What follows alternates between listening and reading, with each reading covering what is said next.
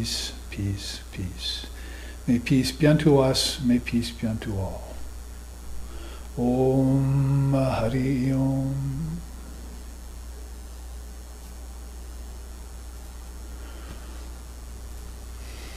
Here on a very auspicious weekend, we welcome you to SRV on the Big Island, what we're now affectionately calling our Kedarnath ashram, because we have a retreat center that's just had its first retreat up in Pavilamalka, which we're calling Badranath, two holy pilgrimage places of the Divine Mother in India, up near the source of the Ganges.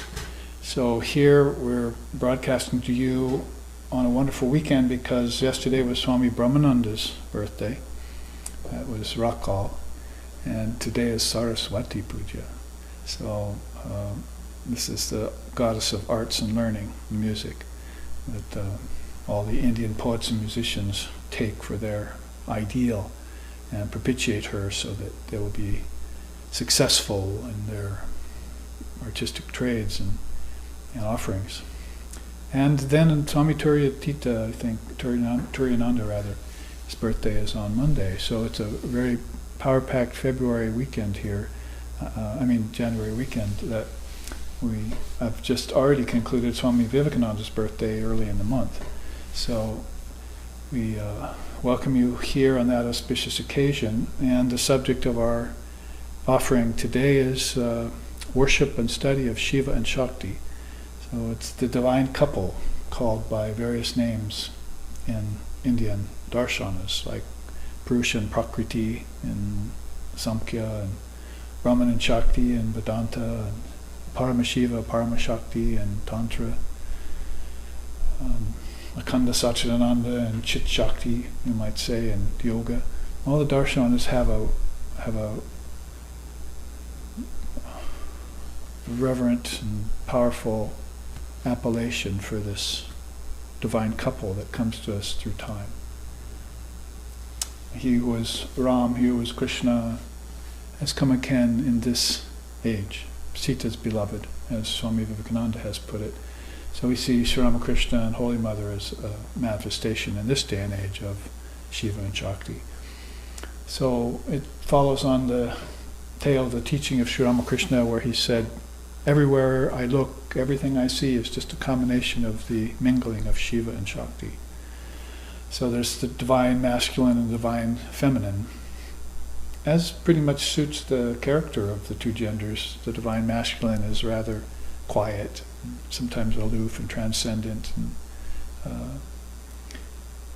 formless, less interested in forms as far as their religious leanings. And the divine feminine is dynamic and powerful and interested in subtle things and spiritual things. And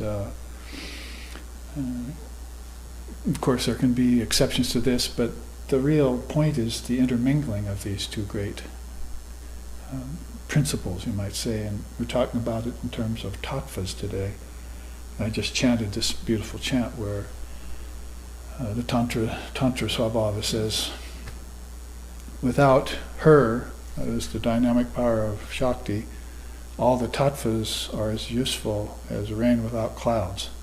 So tattvas are many. See, we know from Lord Copula's system there are 24, and they're easy to remember.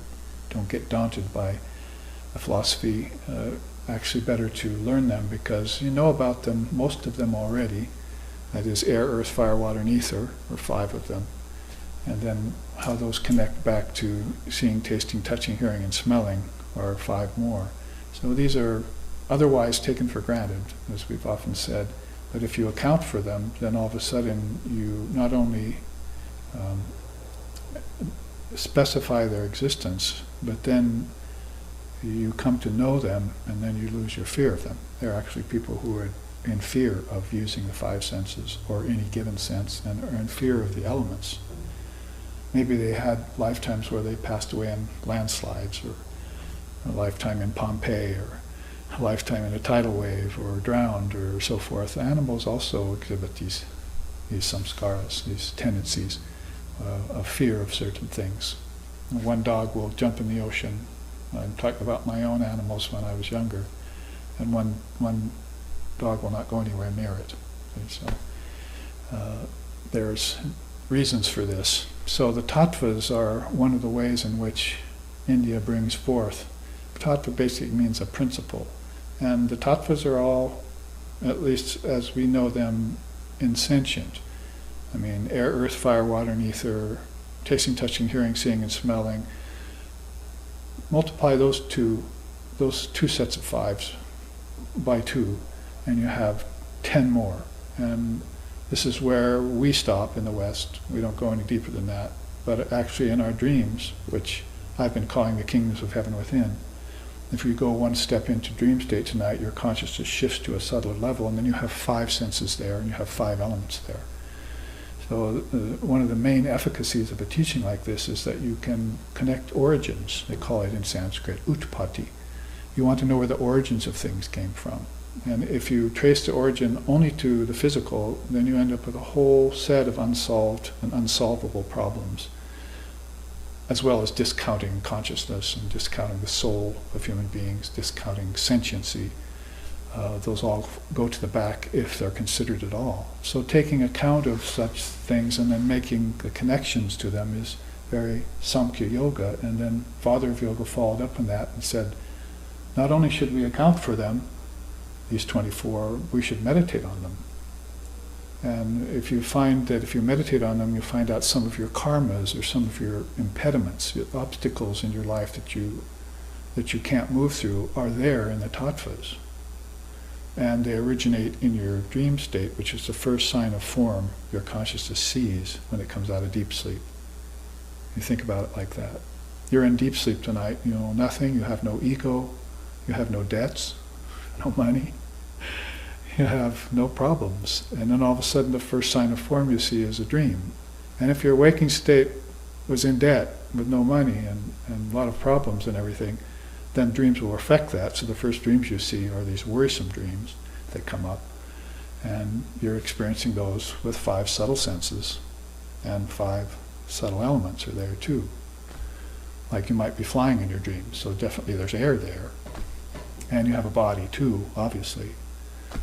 So this is 20 basically. A very quick review of Samkhya Yoga would be these 20. 10 outer and 10 inner. And if you trace one to the other, then you know how the world came about according to the Indian seers. But you can't forget the Fourfold Mind. The Fourfold Mind is at the hub of that. We'll go through it a little bit here. I'm not going to take a lot of time on the gross tattvas because we want to look at the subtler tattvas that are more spiritual and more sentient in nature. But as far as the 24 cosmic principles, you have a fourfold mind out of which these 2 sets of 10 come, or we call them 4 sets of 5. It's called the quintuplication process. The most recent book I put out, which is a short and simple book, is just called Cosmic Quintuplications. It's the secret of how the seer saw everything coming in 5s, out from inmost consciousness out to the outer worlds, lokas, or the Boer Loka we call it here.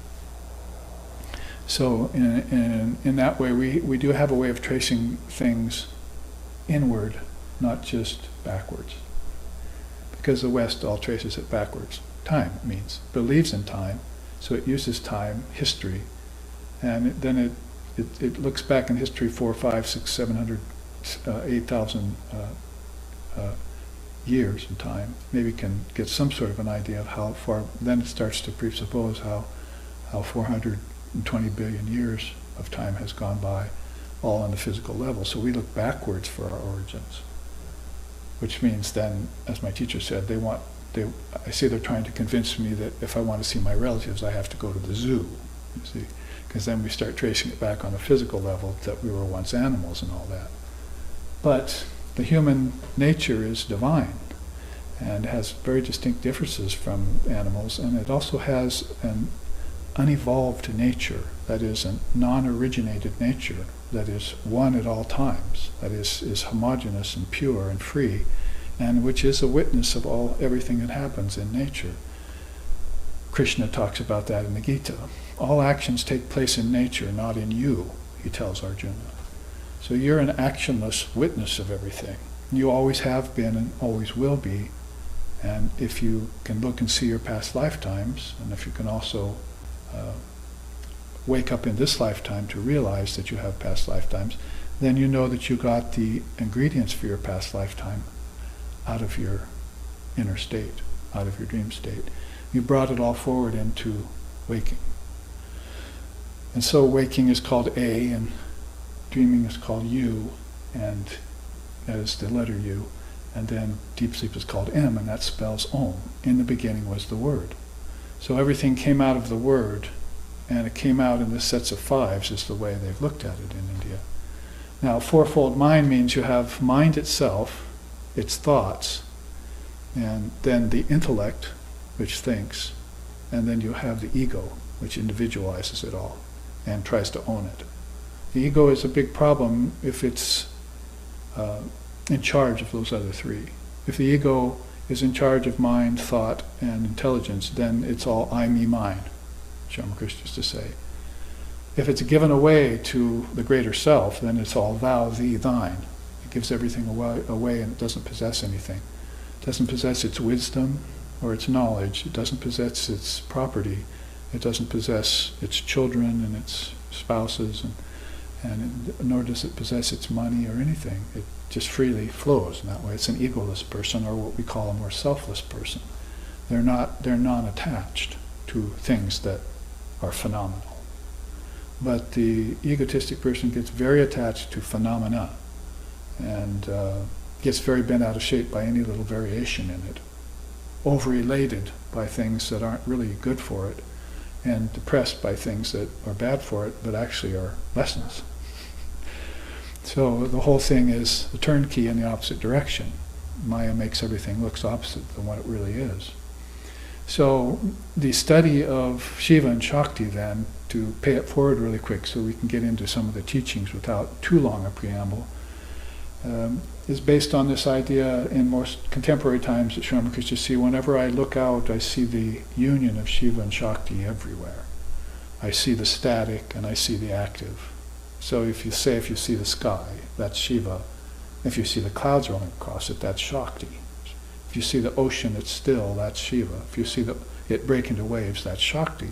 So on the level of earth, air, fire, water, and ether, Shiva and Shakhty is present in that, as the silent substratum and as the active face to it. And of course in nature, since nature is not sentient, there's no real mystery about nature, then a person has to understand these tattvas, air, earth, fire, water, and ether, know what they are, gain knowledge of them, lose their fear of them, and master them. And if you were to do that, the A of Om would be yours. You see, you'd have the first triputi of that triple teaching. You'd master the waking state. So mastering the waking state means that you would have everything in the waking state you want. You could acquire it easily.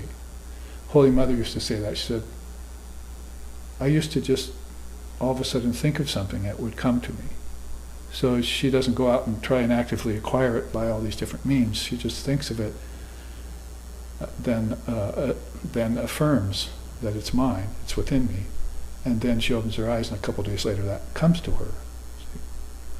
So you could call this mind control or some kind of occult thing, but it's not. It's mastery of mind, based on mastery of the tattvas. Tattva again means principles, and you're floating in 24 of them in the waking state all the time.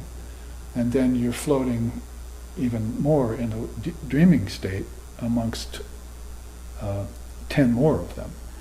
But you have to have somewhere to trace these. You're not tracing it backwards in time, you're tracing it into your own self now. So you trace earth to smell, and water to taste, and fire to sight, air to touch, and ether to hearing, right? So you know that these five have a connection, and that gives you the key as to how this universe came into being. It was projected. But since these 20 are insentient, they wouldn't have the power to project, so you connect them to the mind. It's interesting because if you connect them to the collective mind that's in charge, that's being governed over by the ego, then you've got a confused and crazy world. both the inner worlds and the outer worlds are crazy. I mean, have you read the scriptures about how the wars and the demigods and the gods are always fighting with each other? There's no peace in there either. Heaven is not a place of peace. Not the peace that passes all understanding. Any time that there's form, there's going to be disagreements and wars and conflicts, and all these things are going to be happening that are the realm of change, constant change. And the peace that passes all understanding is beyond those things. So you want to try and use your mind and ego complex to ripen the ego, purify the thoughts, hone the intellect, and then purify the mind. And then you have a fourfold mind that's looking out on the other 20 tattvas. And if you connect that fourfold mind to God's mind, called cosmic mind, or Mahat in Sanskrit, you've got 25. You've got 5 sets of fives.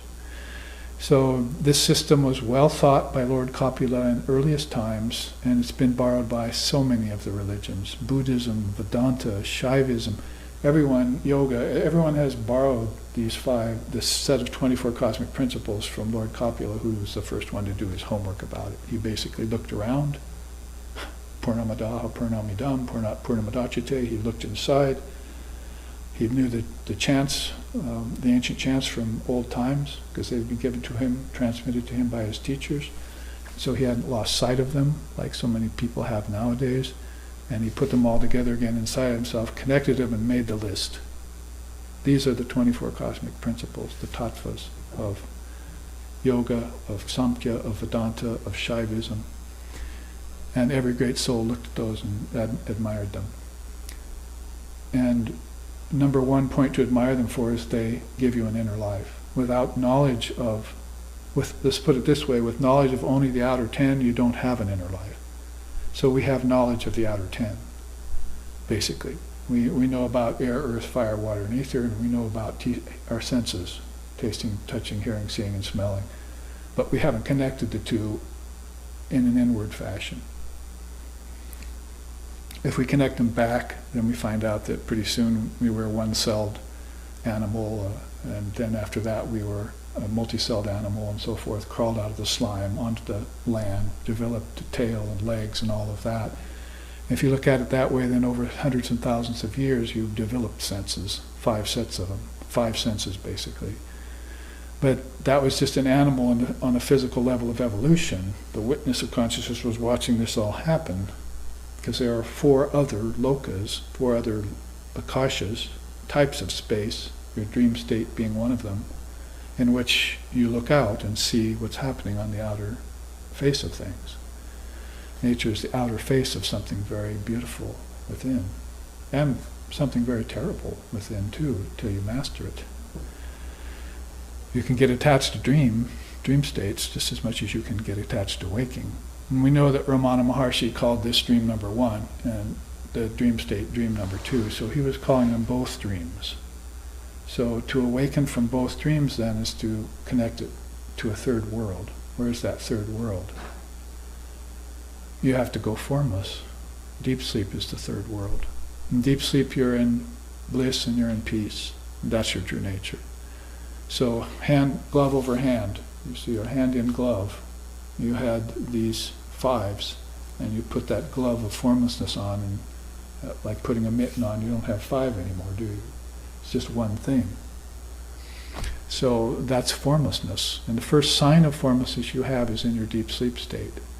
They say if you can take your consciousness with you into dream, after you've mastered the waking state, then you master the U of Om. And then with A and U mastered, that is you're a master of all your survey. Your dream states and your waking states are all, let's use the word lucid or clear. And from there, if you are interested in where form came from, which you should be if you want free of form, then you're going to have to trace it to this third world, or the third state of consciousness called deep sleep, Sushupti in Sanskrit. So Jagrat, Swapna, and Sushupti are teachings that even the Advaita Vedanta uses to explain things. So every darshana in India is very interested in this system, and basically, if you want to put it in words that English-speaking people can understand, it's all a matter of projection. The world is not created out of nothing, nor is it created in 7 days, nor is it created in 4,320,000,000 years. It's projected from the mind in an instant. And it's also withdrawn by the mind in an instant. You can go from waking to dreaming and deep sleep in a matter of seconds. And you can come out of the same in a matter of seconds. So who's to say the world was existing when you went into deep sleep? There was nothing there. You were gone. It sort of speaks to you, doesn't it, about the ego, the individual ego, and how it can drag you from birth to death?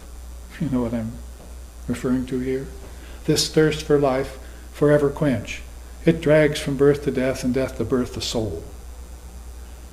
He conquers all who conquers self. Know this and never yield. Say Om Tat Sat Om. Swami Vivekananda wrote in his song, the Sannyasa. So to be drugged from birth to death and death to birth is called reincarnation. Who's doing that? You are. Who's you? The small you, ego. And we've been born in a culture and in a religion, if you count yourself to be born in Christendom and Judaism, we've been born in a religion then that fosters this idea of individuality. But Holy Mother in India said, forget your personality. Remember your true self. So she wanted you to dethrone the ego that's in charge of this process. My Swami used to say that. Swami Sheshanandaji Maharaj, may peace and bliss be upon him, used to say that. He said, and Christianity and Judaism are basically dualistic religions. Why dualistic? Because they believe in a soul. But there is no soul. That's the ego. They mistake it for the soul. So this is the answer to whether or not there is a God. There's definitely no God except you. And you'll never see that God until the little God gets out of the way, you see, unless the ego gets out of the way. So we go to Shiva and Shakhty for that business. Say, take my ego away. See, we go to the highest, it's called Ishvara. It's one of the beautiful, highest of all principles is God with form. So let's look at this chart. And if you're following me up to this point, then wonderful that you are, and I hope that you keep your attention, because this is the 36 tattvas of Shaivism. For a long time, 24 principles satisfied people. They could take the 5 senses and the 5 elements out, they could connect them to the inside, and then they could connect them to the Fourfold Mind. They said, this is great. We now know A and U of Om, but what about formlessness? What happens at a deeper level? So they started thinking, what about our deep sleep state? And they started, then Shaivism said, we should start meditating like Mahachamasya did at one time, to find Bhuvaha. Bhuvaha Swaha. You found Swaha, the third world, inside, because it had been covered over after thousands of years of ignorance, you see, being reborn. So he pierced through the third world and saw this deep sleep state, saw the heart chakra, saw things opening up on a deeper level, that there were other worlds deeper, lokas deeper inside, that he could travel. It's just like you traveling in dreams tonight. And it's not an actual motion. You just conjure the thing up, you experience it, you shut it down. And that's the secret of the word. It puts things out and it shuts them down. And it all happens in a moment. Time does not exist in the word. And time does not exist in you either. You're free of time and space. That's called Atman. That's your true nature. And so if you realize you're Atman, then you see all phases of time going in cycles inside your mind, but you know you're not the mind. So you have to get beyond that fourfold mind and its production of the other 20 cosmic principles. It's constantly projecting ideas and thoughts that have to do with earth, air, fire, water, and ether. And if you took earth, air, fire, water, and ether, which is here, Vyoma, Mahut, Agni, Jala, and Prithivi, if you wanted in the old Sanskrit list, there were gods for each of these. Have you heard about them? I just started out the chant this morning, or this afternoon. See, time doesn't exist, so I'm a little bit late here, but I started out saying Agnir Murta Chakshushi Chandra Suryao, fire is his head. So it's a fire god. You see. Sun and moon is two eyes, Surya and so forth. And so all of these are not only physical elements, they're presided over by the gods of the senses. Shabda, Sparsha, Rupa, Rasa, and Gandha, Mukha, Hasta, Pada, Muladhara, and Jnanendriya. And then finally, those are the karmendriyas, or the karmic actions, and then the jnanendriyas. These are the senses that are active, and then the senses that are thinking, you see, conscious, more conscious. So each of these has a connection back to the other. Earth goes back to earth goes back to smell, goes back to the sense of excretion, goes back to one of the jnanendriyas called smell. It's the power to smell, the power to breathe, and so forth. So all of these have a connection. You can take these all back in a line like that, and find their cause back in your senses. Then you have to connect the senses to the fourfold mind: ego, intelligence, thought, and mind. Here's the culprit. See this dotted line here? This dotted line means there's a subdivision happening there. See, mind and its 20 cosmic principles. So out of the fourfold mind comes all of these things via sankalpa, its power to project, its power to imagine, its power to fantasize, its power to project. And basically that power to project is done out of what? In most people's cases? Desire. It wants to taste, it wants to smell, it wants to hear, it wants to see. And what does it want to taste, touch, hear, smell, and see? Gross things. Then maybe some people want subtler things. See? So some people use their senses for gross enjoyment, some people for subtle enjoyment. See? So all of these things are going on in the realm of those cosmic principles, with the mind as the host of it all, the fourfold mind.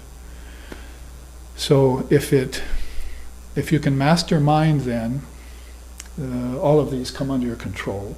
And AU and M is basically Om, the word is in you, and you know that everything has come out of the word, like Jesus knew. In the beginning was the word.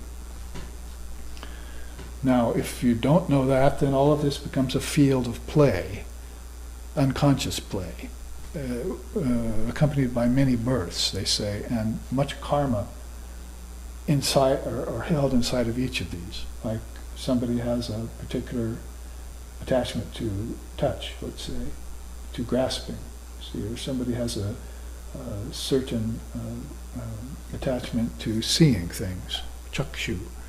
Then their consciousness revolves around that. See, and then they attach to it, and they form a karma by the actions attached to it, and that karma becomes an impression in the mind, and then that's what they wake and dream about all the time. Like say, I like to hold and see gold. See what I mean? Wealth. I like to hold on to that, I like to grasp it, and I like to see it. So there are two senses, the panchatanmatras and the karmendriyas, and one of the jnanendriyas are all focused around the idea of wealth. So they get attached to wealth. That creates an impression in their mind, and their ego loves it. And they think about it all the time, and their intelligence is bent towards gaining it. So this same great seer who created this, 24 cosmic principles, also put out the 5 ways of getting attached to wealth. You have to try and find it, you have to acquire it, you have to hold it, you have to possess it, you have to think about it, and then you become attached to it. So 5 different ways of wealth that can impede you. So you see people born in the world, then their whole life is wealth. Not God. God, mammon, 2 different things. Even Jesus knew this. Or their whole world is everything else but anything productive. See? So it's all materialism. See? The whole life is materialism. all based in possessions, ownership, money, agency, and so forth. And here we are, see, in a world that's just like that, and a country called America. So the ego is in charge. They think there's a soul here, but there's no soul, there's no God, there's just the Atman, the great self. And if you can identify with it, all of this becomes a dream, two kinds of dream. And you can transcend it, and you begin to look at these higher tattvas. Here's another line of demarcation here. You see, beyond the mind, what it inquires when it goes into deep meditation consciously. So, in that way, I wanted to show you these lower tattvas first. That chant I just quoted at the beginning of the class was, these tattvas are about as useful as clouds without rain, if knowledge of them, like the words, what they mean and how they connect, is missing. So Divine Mother gives us that. Shiva and Shakti give us that. We're apt to sing to those great beings in Tantra when we talk about the divine couple. Shankara Mahadeva Deva, Shankara Mahadeva Deva, Shankara Mahadeva Deva, Sevaka Sura Jake, Vasamanga Shisha Ganga, Vayana Vahana Patipachandra, Gauriyar Dhanga Sanga, Ranga Banga Chake, Shankara Mahadeva Deva, Shankara Mahadeva Deva, Shankara Mahadeva Deva, Sevaka Sura Jake.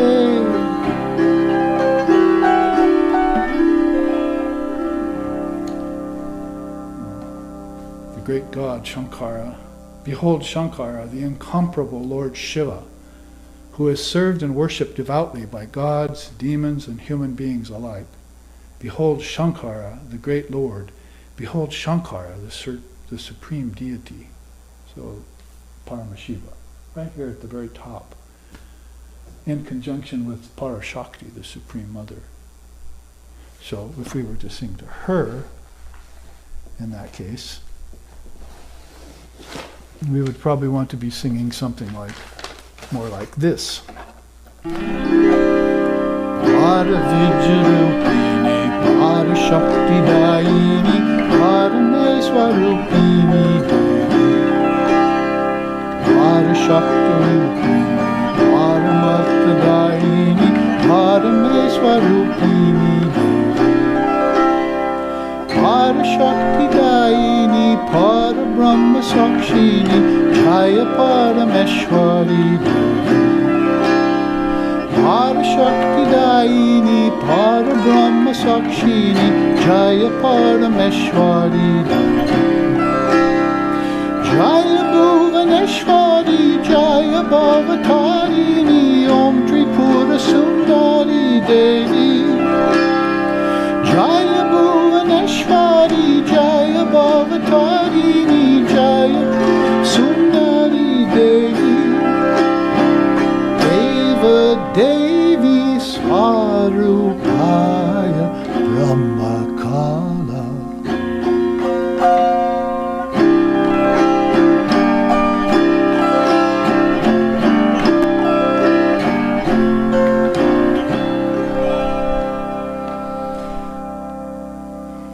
So all these names of the Divine Mother of the Universe come flowing towards us. O bearer of the Atman, essence of all beings, primordial substance, permeating all of nature, life and mind. Eternal wisdom rays emanate from your exquisite form like awesome displays of circular lightning, transforming miraculously into countless worlds, hosts of beings, and infinite arrays of objects. Just the first verse of this beautiful hymn from the Srimad Devi Bhagavatam. So in that way we think of Parashakti and Paramasiva together, the great ultimate divine couple. When they are like one, Sri Ramakrishna said, like fire in its burning power. You can't separate them. Or snow in its whiteness. Or water in its wetness. Here, let's have you go and separate water from wetness for me. Come on. Just take this and take the wetness out of it, give it back to me. That's how impossible it would be to separate these two. They are intrinsically one. So, if the word gets involved, you see, we said at the beginning of the class here, you see, she is the perfect I consciousness inherent in the multitude of words and the secret of all mantras. So today is Saraswati Puja. Sometimes we sing to her. Ani Saraswati Vakdevi Bhagavati Parvati Mamba Vinapani Hamsavahini Vedanta Rupini Parayamara Ani Saraswati Vakdevi Bhagavati Parvati Mamba.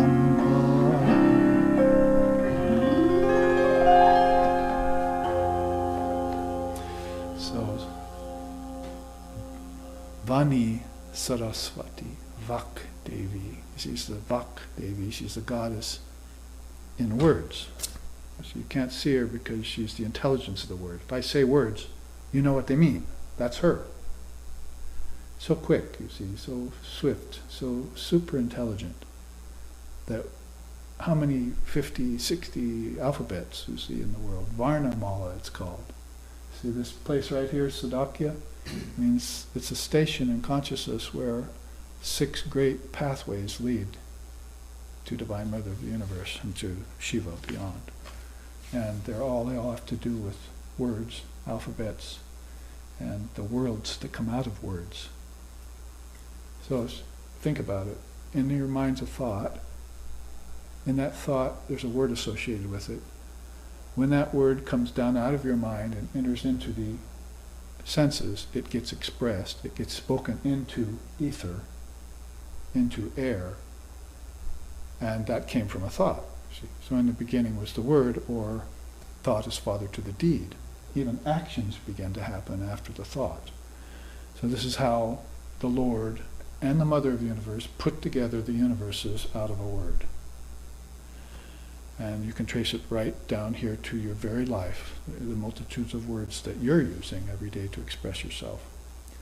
If you want to exist at a higher rung of the ladder, go to your teacher. He'll start speaking words that all have to do with the Dharma. There isn't one word that will pass from the Guru's lips, or shouldn't be, that hasn't something to do with the power in words, spirituality. Not atomic power, atomic power. That is where it really comes from, the source. So when you trace origins, you don't trace them back to the beginning of time because time's an illusion. You trace them back inward to the origin of all things. So the origin of all things, as far as Shaivism is concerned, there had to be 12 more piled on top of this 24, so there had to be 36. So they started slowly defining these inner realms that people only intuit nowadays. Oh, what is that I feel? What is it that I think? My intuition. I think there's something there. There's something spiritual, or there is a spirit, or there is a celestial, or there is something. Though it's only intuited and never really can place your finger on it, you see. So they started meditating on what's beyond the mind. We hear it all the time, Zen Buddhism, Advaita Vedanta. The whole thing is to get beyond the mind, isn't it? Yoga. The whole thing in yoga is to get beyond the mind. Yoga, chitta, vritti, nirodha. What do you think the father of yoga meant by that? It was the very second sloka of the many slokas of the Yoga Sutras. Yoga, chitta, vritti, nirodha. Chitta, thoughts, you see. Right there, chitta. So if I can destroy, or let's say silence, the vibrations of my mind, manas, then I can get into yoga with the divine being again. So basically from mind on down, Everything is a vibration of a gross potential. But if you can get beyond mind, the vibrations get subtler and subtler and subtler till I and my Father are one, till that thou art, to where the word is not spoken anymore, it's humming all the time with the force and sound of 1,000 bumblebees in a tree. You see an inner humming that you feel. True life is concentration. That's the subtitle of the article I'm writing now for the next issue of Nectar. So true life is concentration. If you can concentrate, then that is the word. That is enlightenment. As far as you're concerned, meditation and samadhi can come later. You have to reach the pinnacle of concentration in any given thing you do. And once you reach it, you have to keep it. So if I use this as my map, my roadmap, then I'm going to have to concentrate on each one of these things and connect them to their source, connect them all to my mind. Then I'm going to have to shut my mind down. People are trying to shut their mind down without knowing these. It's always been my contention with American practitioners. And it still remains that, why they're not really getting samadhi and they're not getting fully concentrated. And meditation is a matter of health to them instead of vision. Until if thine eye be single. Because they've got other karmas attached to their senses still. They haven't mastered the senses.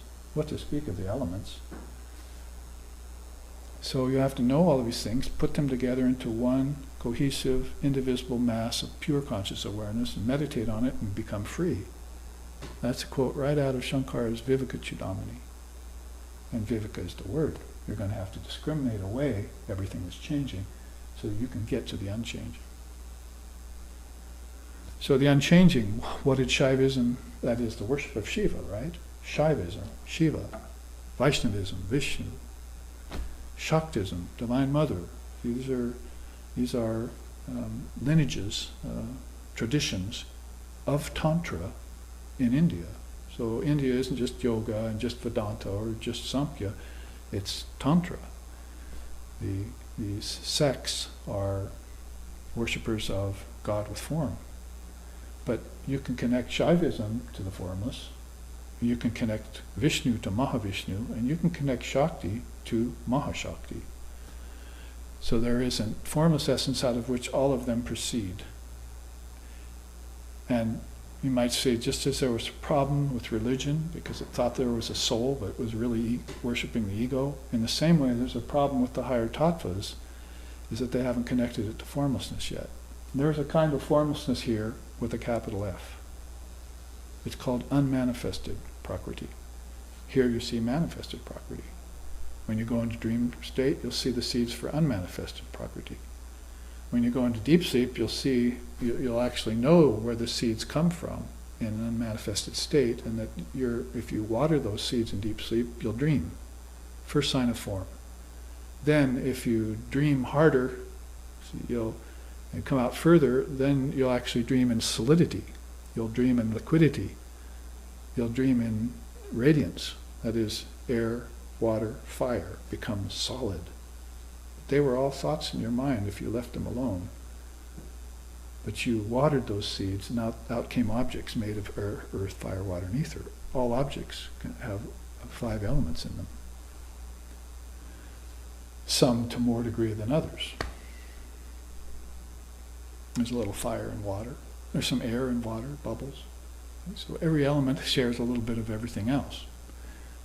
There's a book in India scripture called Panchadasi, which gives you this combination of different elements and different objects and how they vary.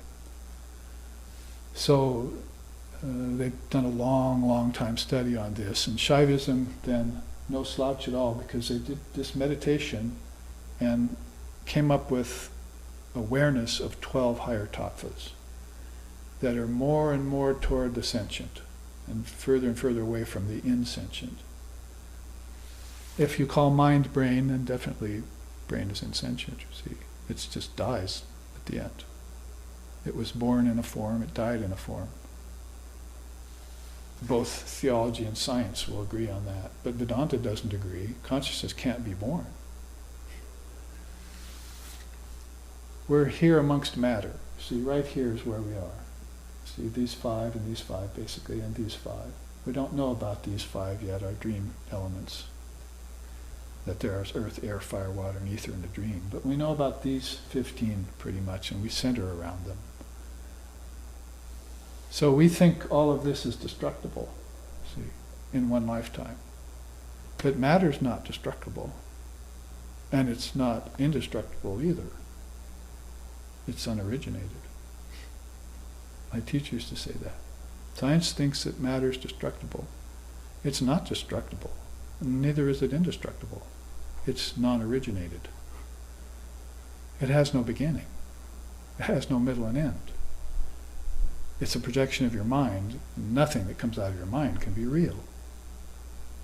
And if you have enough lifetimes to study this, then you begin to realize that. And when you realize that everything's unreal, you give it up.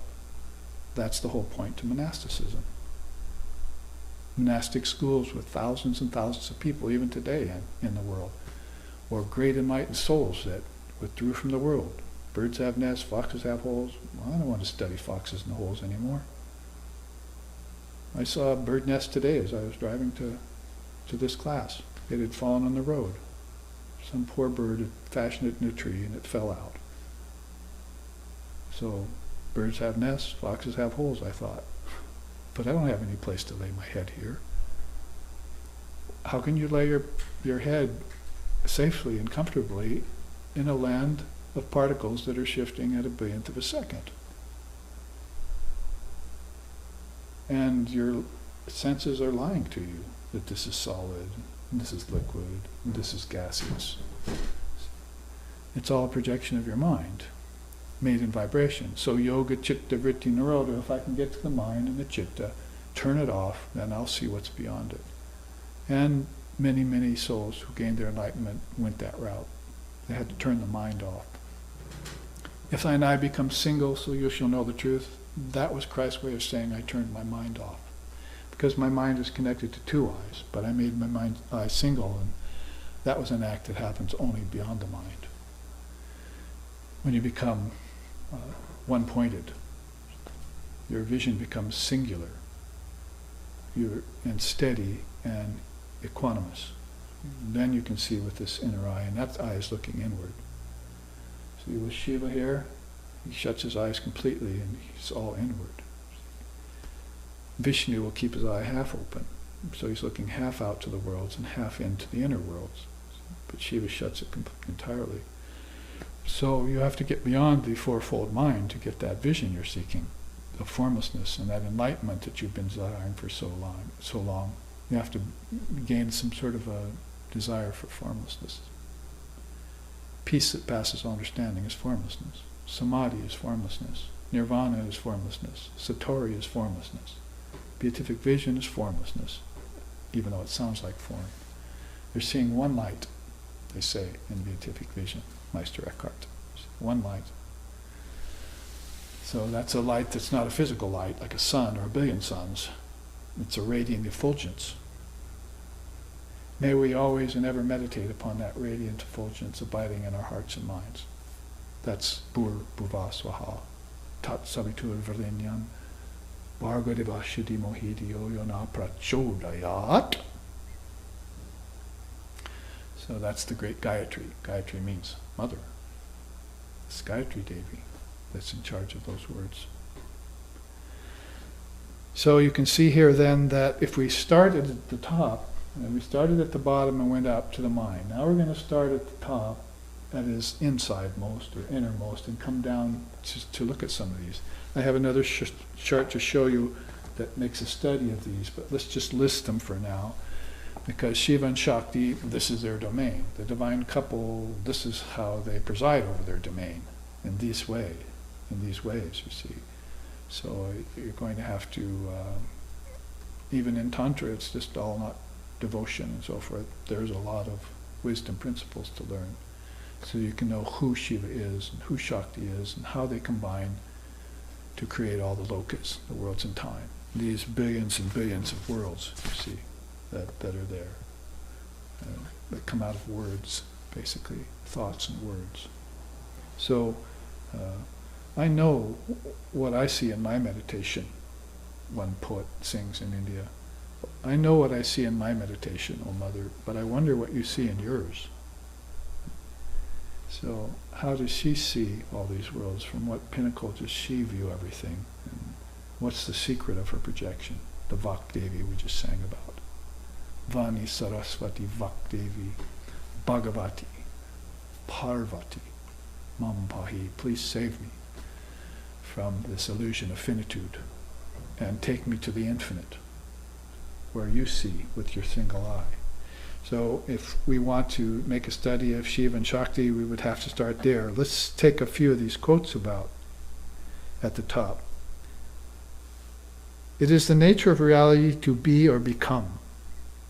Shakti is in the Supreme is the living embodiment of bliss, the background of which is Shiva, the principle of pure sentience as revelation.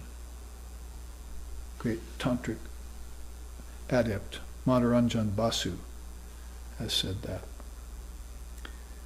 So she's the living embodiment of bliss, the background which is Shiva. So she plays upon the foreground of his background, and she will make him take what he is and make it dynamic. So she's drawing from pure conscious awareness and putting it into sentient forms. That is, at least at this level. As they come down to the individual mind takes them and starts to make them less sentient, starts to fall to lower levels of vibration with them, as you can see by the world here. We don't see many people walking around with beatific vision in the streets. You see, or talking about this even in groups like we are here, just a small little group of 7 people here, you see, so it's not done very often. Shankara says about her, Paramashakti, O Lady Supreme, may all my mind's functions be thy remembrances. May all my words be thy praises. May all my acts be obeisances to thee. That's a monk singing about that, writing slokas to the Divine Mother of the Universe. See? So he was a Shaivite monk, Shankara, illumined at 8 years old and teaching greybeards at 13, writing great commentaries on the main scriptures of India in his 20s, passed away at 32. So India's seen many Christs, many great souls like this, with amazing retentive powers. So those 2 quotes are very nice to start off this whole grand idea of Paramashiva and Paramashakti, who are one, like Ramakrishna said, like fire in its heat. If we come down a step there, you see the 4 Shaktis that make everything possible. That is Icha Shakti, Jnana Shakti, Kriya Shakti, and Dravya Shakti is usually listed there. Here it's listed as Sadakya. So basically you have these 4 main sub-Shaktis that the Mahashakti, with her power of Shiva as her background, will take and put into ideation, you might say. That is, she's going to use her Icha Shakti, her will, to project on a grand level. And then she's going to use her knowledge, jnanam, to infuse all of that with intelligence. Then she's going to use her kriya, her ability of spontaneous action, to infuse it with dynamism. And then she's going to use Dravya Shakti to produce the substances in which this will house itself. That is, the very first vestiges of form. These also are very much like the 4 phases of the Word, if you think back on that series we had a few months ago in this room. 4 phases of the Word. So we see that as a beautiful thing in Tantra. In fact, we could even sing about it here. I was just thinking, sing about these 4 Shaktis. Om Shakti Om, Om Shakti Om, Om Shakti Gacha Shakti, Om Shakti Om, Om Shakti Om, Om Shakti Om, Om Shakti Adi Shakti, Om Shakti Om. Raja Rajeshwari, Shri Guna Sundari, Shri Bhuvaneshwari, Om Shakti Om. Lokaparini, Ananda Dayini, Adi Parashakti, Om Shakti Om. Om Shakti Om. Om Shakti Om. Om Shakti Om. Shakti Om. Shakti Om. Om Shakti Om. Om Shakti Om. Om Shakti Kriya Shakti. Om Shakti Om. Om Shakti Drovya Shakti. Om Shakti Om. Om Shakti Icha Shakti. Om Shakti Om. So they go on singing and singing about the various manifestations of Divine Mother. Shakti is power, dynamism. It's not prana. You say she controls the prana that flows through all of this process. Interesting that both the 24 cosmic principles and the 36 cosmic principles of Samkhya and Shaivism don't mention prana. The Vedas and Upanishads do. And you look into certain Upanishads, Prashna Upanishad and Taittiriya Upanishad, you'll find mentions of how prana hooks all this together. So they call prana like her web. So it's not sentient by itself, but she uses it to flow her energy through it, her divine Shakti. So if you can therefore breathe, and get your nadis pure by breathing exercise and escape sleepiness and use your prana not outwardly so much, but store it up inwardly so it can open up these nadis that go inward, these hundreds and thousands of nadis, then you can establish yourself more in that divine dynamism, which is Shakti. And you'll then know how she works through Icha, will, how she works through wisdom, jnanam, how she works through kriya, activity, swift as can be, without anyone knowing it, and also how she produces substances, drovya. These are the four sub-shaktis here that you see listed next. Icha, jnana, drovya, and kriya and dravya. So that's trickle-down process that I like to say. Now, Sadakya is mentioned there on the side. Means really six ways of gaining Brahma Gyan in Tantra. So Tantra sometimes not spoken of as having a deep attachment to philosophy. It's more about, it looks like on the outside like it's more about worship. It's more about incense, flames, candles, singing, dancing, outer celebrations, pujas. When we think of Tantra, we think about all that. But when you look into Tantras in the original sense of the word, then you see that Tantra means pretty much that which saves. And so it saves people by these outer accoutrements, these outer rituals. But you see, if you trace them back in, you can see that they're connected to Sadakya, the 6 ways of, and they all have to do with the origins of these worlds. And the origins of the worlds connect to energy of words. And those connect to the actual alphabets, and the alphabets connect to letters, and the letters are full of her power. See, matrika, it's called, little particles of Shakti in every word. So you can look into a word, as a Westerner might look in and say, okay, I understand that in English. But then look into a letter, you wouldn't probably think of that, except maybe at the beginning to learn your alphabet. A, B, C, D, E, F, G, and so forth. You just sing this little song, and I know the alphabet now, I can read, you see. But nobody stopped to think I should look into the letter, and what does that letter contain? It contains particles. like AUM. Any powerful word is going to contain deep meaning. Of course, you can use words as cheap mantras, like how's the weather. But you can also go deeper to these subtler mantras and find out that these words of power exist, and they're infused with Shakhty power. So that's what happens when you come to Sadhaki. You realize that there's actually 6 different ways in which you can get this wisdom in Tantra. Brahmagyan is called. Brahmagyan is the knowledge of Brahman. Basically means the knowledge that you are Brahman.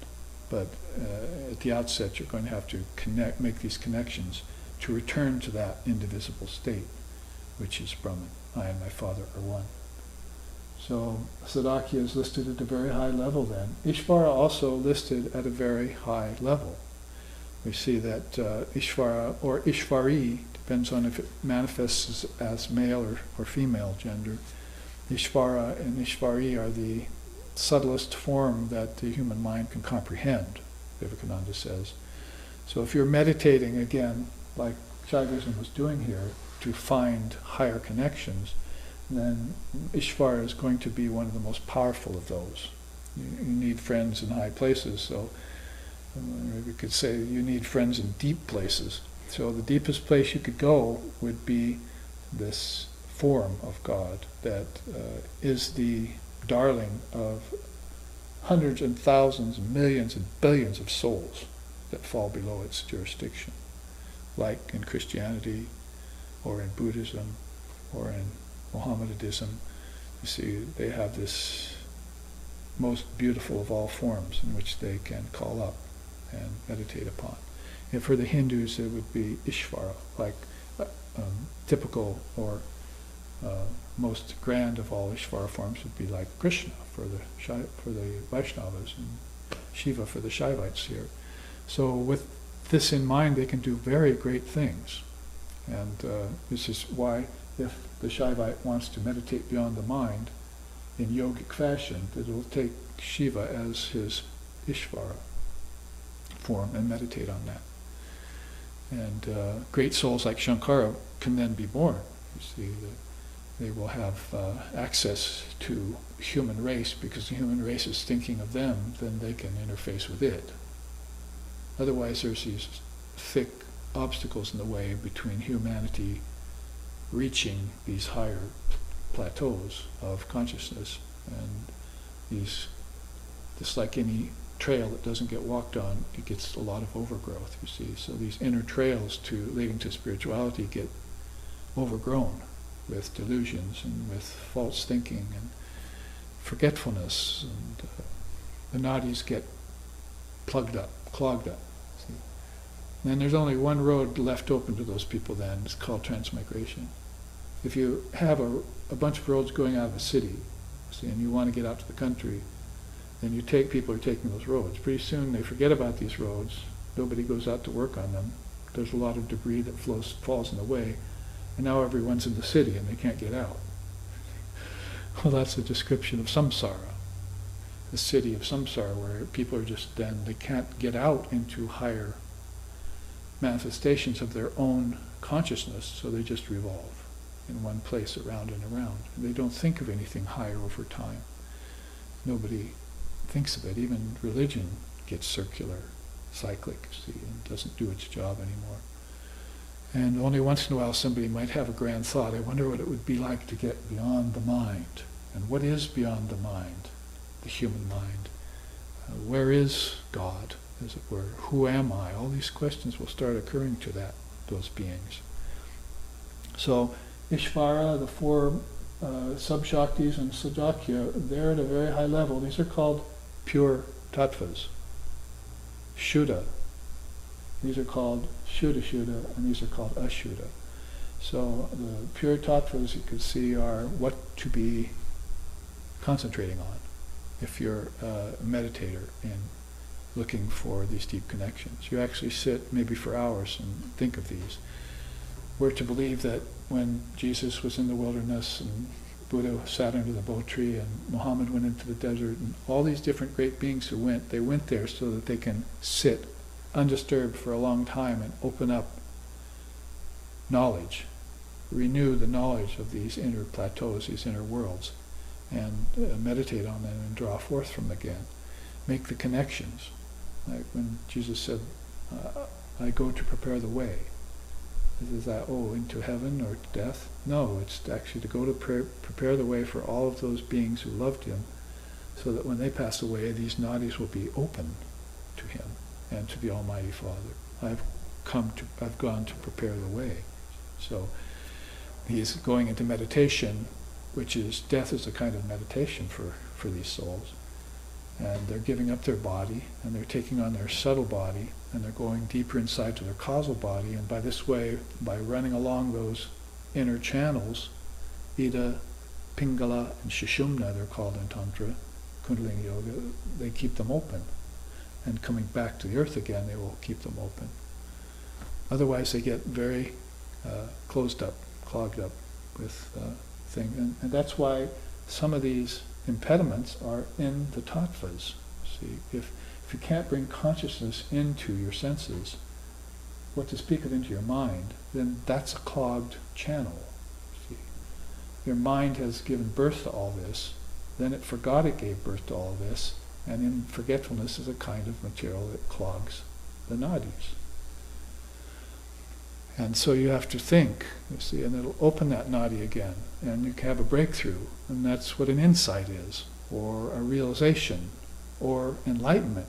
It's all about breaking through these inner channels and seeing this light again. And the light happens at different levels. So at the pure tattvas, it's a very pure light that you'd be seeing here. Now in the remaining time, let's look at the mixed tattvas, because then we can pretty much wrap up this chart. It's rather complex. The 24 cosmic principles are usually enough for people to try and think about. But when you add the 12 on top, the 36 topic principles of Shaivism, some people would say, well, that's getting too much for me. Other people would say, that's really getting interesting. This depends on how deep you want to go into it. So you can see these next set under that dotted line start with Nada, Shuddha Vidya. Those are beginning to turn into the mixed tattvas. So Nada really means sound. So sound plays a really important part in the transmission of Shiva and Shakti. Sound, or Shabda Brahman. That is basically, God is sound, is a path in India. Even the musicians know that. Many of the musicians of India know that there's a deep connection with Saraswati, and that sound itself is sacred. It's not, say, just to make money with, or just to have talks with around dinner, but that the sound itself has those particles in it, and that is a very awakening. It has awakening power in it. Sound can awaken you. If it can soothe the savage beast, then it should be able to enlighten the subtle mind, you see.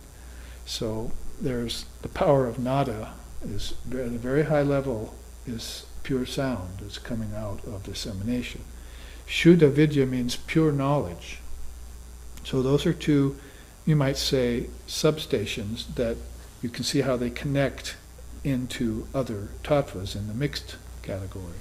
So you're going with sound and with pure knowledge. Shiva and Shakti are transmitting their consciousness into the next level, or next set of lokas, the next level of worlds. And this is how it happens here too, if you think about it. Some teacher will come along, whether it be a guru or a grade school teacher, and will open your interest somehow to the subject. So it doesn't matter whether it's happening at a high level or whether it's happening here on earth with the human brain. There's this beginning of sound and knowledge that the soul must get interested in. If the soul doesn't get interested in those things, they remain dull, lifeless, and basically inert, and they waste their human birth. Not really much different than just animals eating in a field all day. So there has to be this wisdom connected with sound, and that's where these two right there will trickle down, as I say, or will pierce through into a mixed tattva level. The mixed tattva levels there, you see raga on the far left. Notice how it's connected to Ishvara. So what is it about Ishvara that gives it its appeal to people? It's raga. Raga means attraction. Raga also means pleasure. So at a very high level, when people think about God, they get increased pleasure, called joy or elation, or ultimately ananda, because bliss. There are thousands of people with the last name of Ananda in the world, so it must be very important. So raga is the next tattva projected out of Ishvara. And it's a mixed thing, though. You see, it's left to pure, and it's gone into a mixed level. So if you're coming up through the mind, it would be one of the things you'd use to get to your ideal, wouldn't it? You're attracted to it. What would explain the fact that some people get attracted to their ideal and other people don't? Vivekananda said, you need to have an ideal, especially on this world. Because if you have an ideal in this world, that power of attraction can take you to higher thoughts, higher realizations. So this is how Shaivism saw it. It's really the power of raga. And Ramakrishna later took that teaching. He went, raga, the most obvious form of raga we see here on earth is the attraction of the child to the mother. He called that raga. That child thrives on its mother, gets bliss from its mother, suckles from its mother, loves its mother all its life. And so that's the most apparent, obvious sign of that tattva here on earth. In the spiritual level, then, it would be connected to Ishvara and to Shakhty, if you love your mother, right? So you're going deeper and deeper into a Divine Mother reality at this point. So you can see how the tattvas connect at a very high level. It's mixed, though, because it is attraction to an individual. Ishvara is an individual, just like there are many cells in your body that are individuals, but your body is one. In the same way, Vivekananda said, there are many souls, and they all connect to Ishvara. So Ishvara is the body, and the souls are like the many cells. So in that way, it's impure. It doesn't mean negative, impure. It just means it's not at its purest level. Beyond the mind. The mind is getting pure by degrees as it reaches towards these higher tattvas. Now, Nada and Shuddha Vidya, we saw how what they were, sound and wisdom, at a very high pure level. Shuddha Vidya will just become Vidya. So you can see how knowledge begins to get attenuated here. I suppose the most obvious example here is how some people are very knowledgeable, other people are somewhat knowledgeable, and some people have very little knowledge. Maybe some people even don't have any knowledge yet. They're not interested in knowledge. So that's a sign of how knowledge can manifest at different degrees. So people who are open to knowledge, they will follow knowledge, and it comes from the intellect, doesn't it? See how in the mind the buddhi is attracted to intelligence, to knowledge rather, and that knowledge is attracted to pure knowledge. So this is how things trickle down from inside out.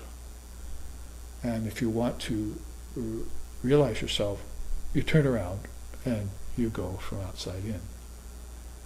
That's probably a good place to stop. We can pick up these very interesting connections. Remember, all of this is inner life. Christ told the fisherman along the river, you don't have an inner life yet. You only have an outer life. So come, I'll make you fishers of men, but first you'll have to learn about the kingdoms of heaven within. So let's here take a break, which is a good time since we've run out of time, and we will come back in 15 minutes and finish up this chart and hopefully one other.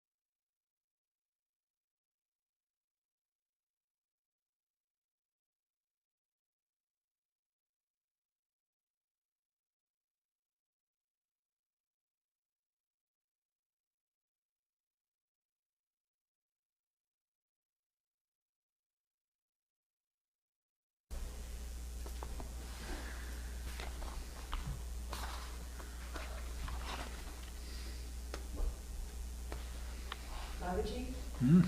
under the Pancha Karmendriyas, oh, that must be right, Jamandriya? Yeah, that's Is that right. Payu, same as Payu? Yeah. Okay.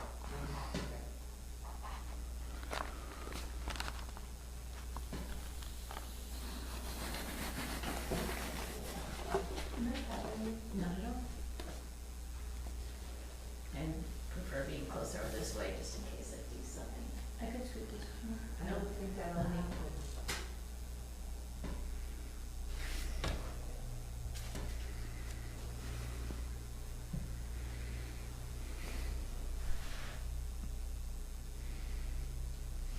Ding, ding, ding, ding, ding. Con is gone. We're looking. I think she's in the library. Okay? Okay. Okay, okay. Okay, okay. Lost in the books. Oh, just checking. All right. This is only a 2-class series, so. Chose 6 charts for it. What a lot, 6 charts. What a fool. We've got that He captured. thinks he's going to get through 6 charts. Oh, you know what?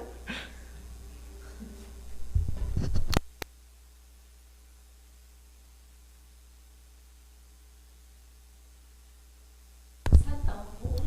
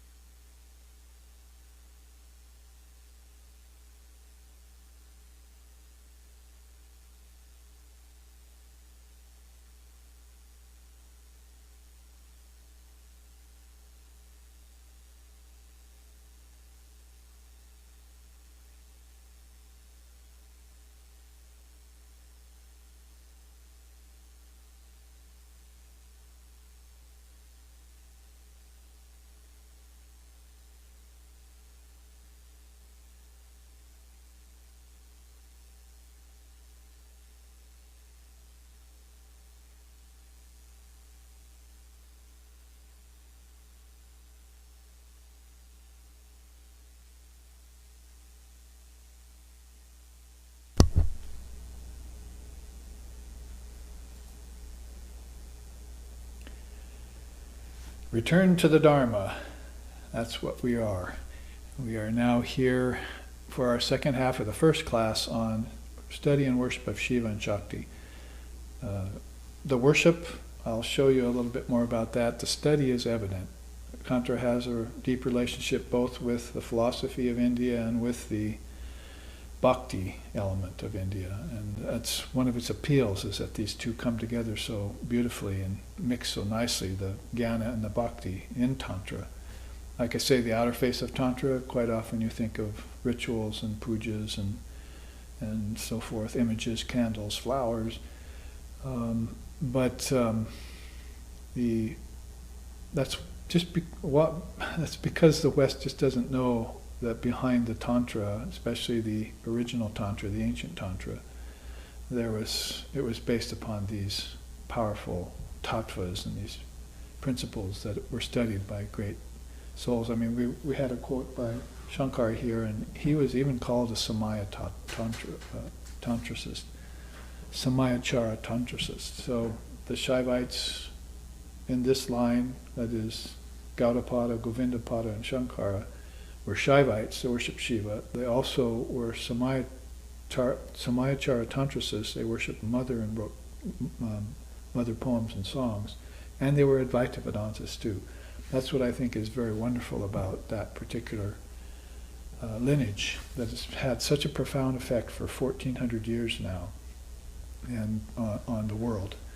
And of course the 4 cardinal places of India, pilgrimage points, were set up by Shankara when he was living. So this was intended to be by Paramasiva. You know, say God intended this to be, here we would say Paramasiva, Parashakti declared that this would happen, that these upper echelons of pure tattvas would become known to people who meditated deeply, and they would know the mixed tattvas that connected them to the earth, to the Burloka.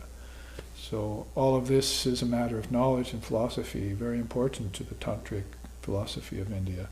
Let's go on with it then. You can see we entered the mixed tattvas by talking about raga, that is the power of attraction, particularly connected to Ishvara and Ishvari.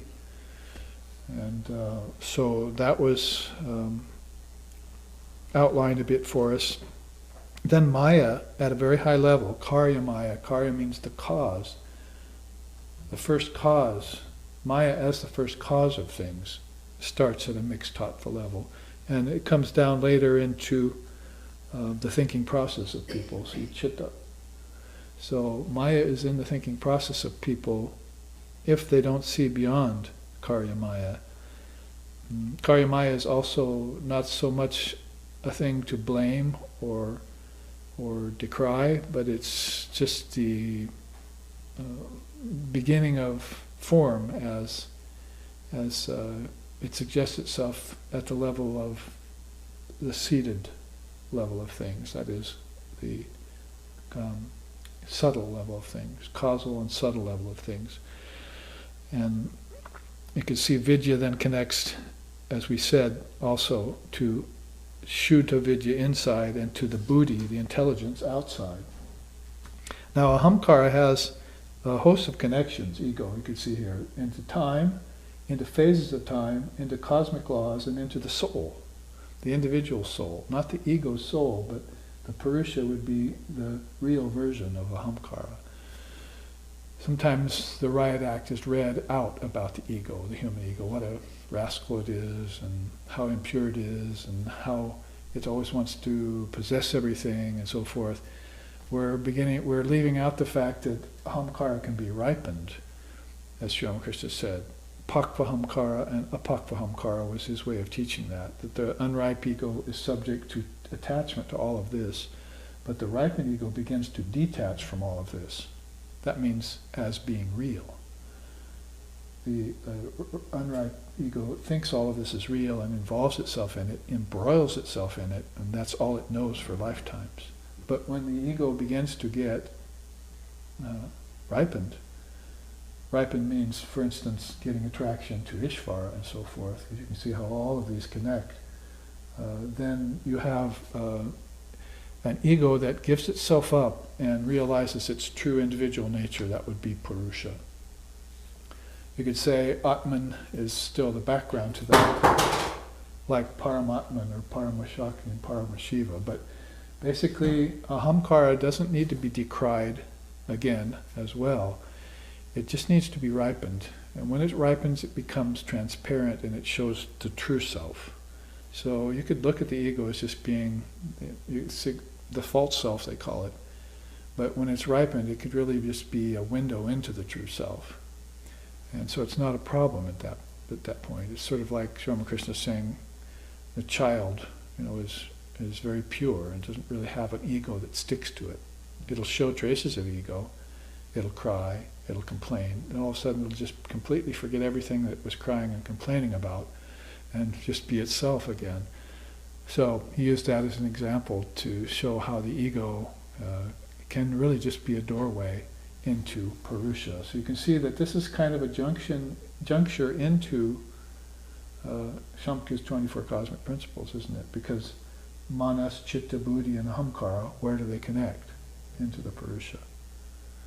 So that's where the lower tattvas would connect to Purusha and Prakriti in the original Samkhya system. So 24, 5, Prakriti, and then 6. Sometimes they call that Samkhyana, the 26 cosmic principles. But you couldn't call Purusha a cosmic principle so much.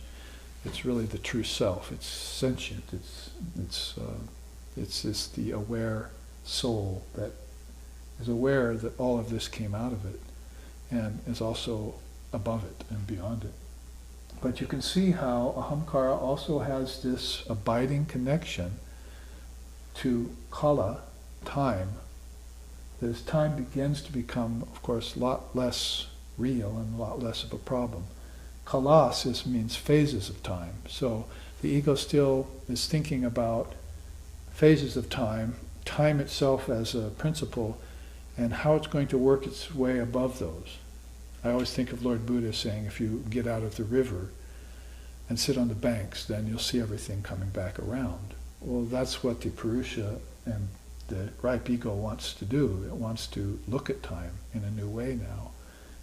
Here it looked at it as a reality, that everything was in time, and that time had a linear motion, and that linear motion was going on for billions of years, and evolution theories came out of that, and people got themselves embroiled in things that were not real, that were not actual, that were projections of the mind on us.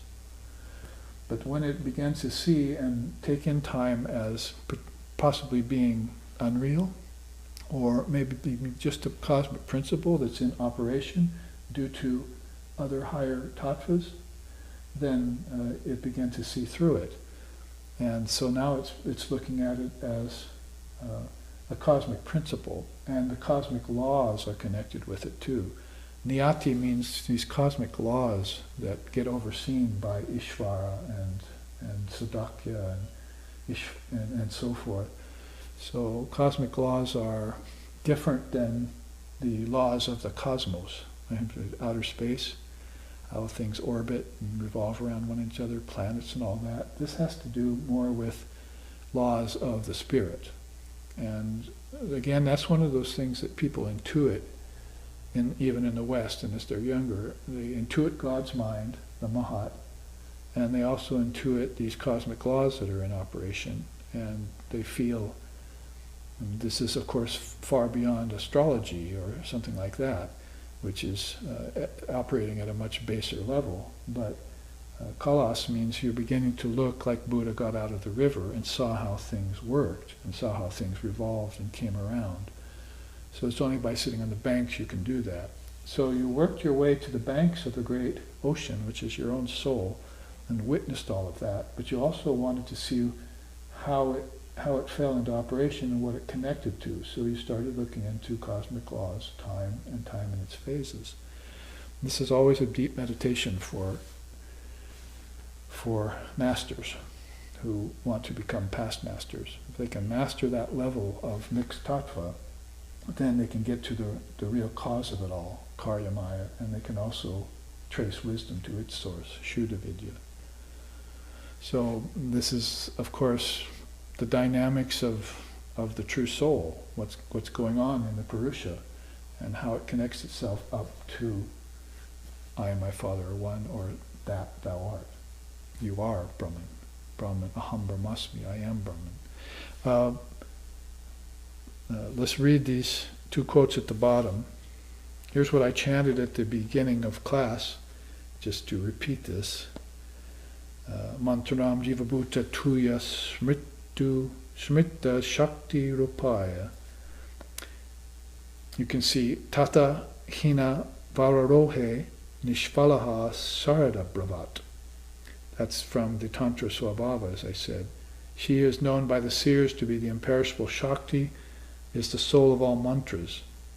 Without her, O fair one, all the tattvas are as useful as clouds with no rain. These are tattvas. So if they mention it just off the cuff like that, you know that they've been thinking for millennia about tattvas, that this is like a part of their system, a very integral part of their system. She is the luminous being of perfect eye consciousness inherent in all the multitudes of words, the secret of all mantras, whose essence consists of the highest non-dualism. O Goddess, from Lord Brahma out to the earth, you pervade everything as matrika, full of the luster of Parahanta, the creative power of Paramasiva. So she is the creative power of Lord Shiva, dynamic power they call her. This other quote over here by Manoranjan Basu again.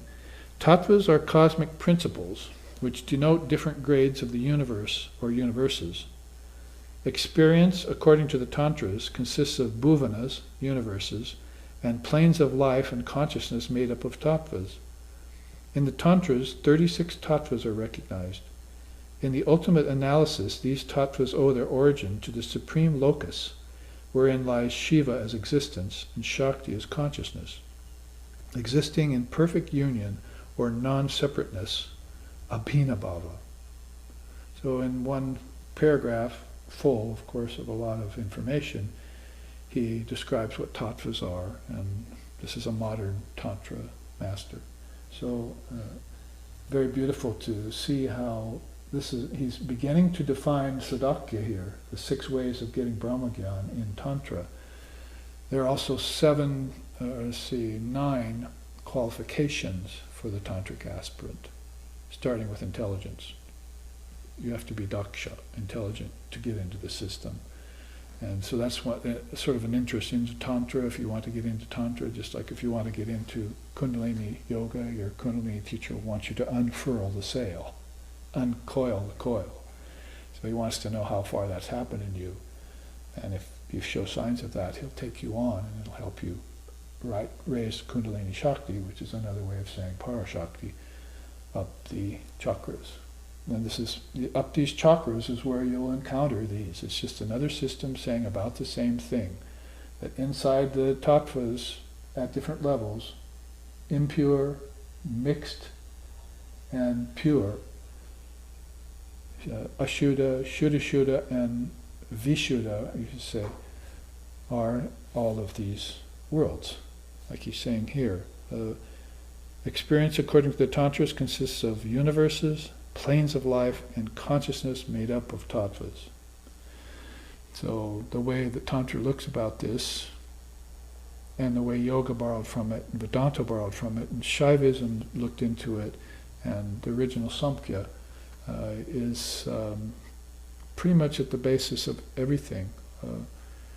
Lord Buddha was born in Kapilavastu, which was Lord Kapila's birthplace, and he took 2 Samkhya teachers at the very beginning of his life, before he got his illumination, his nirvana, and was very aware of these systems. So this is just a matter of saying. So here, let's look closely at those upper 12 with a separate chart. Let's see, I think it's over here. You can see the 12 higher spandhas of Shaivism. Spandha means a vibrating sphere, basically. Is one way of putting it. And there you see the Shiva Lingam sitting on the yoni. So right there is a very powerful, on a big stone, very natural Shiva Lingam sitting on this yoni. So that's Shakti with Shiva placed on top. And so she's the womb of all things, and then this is the lingam, which is this transcendental reality it represents.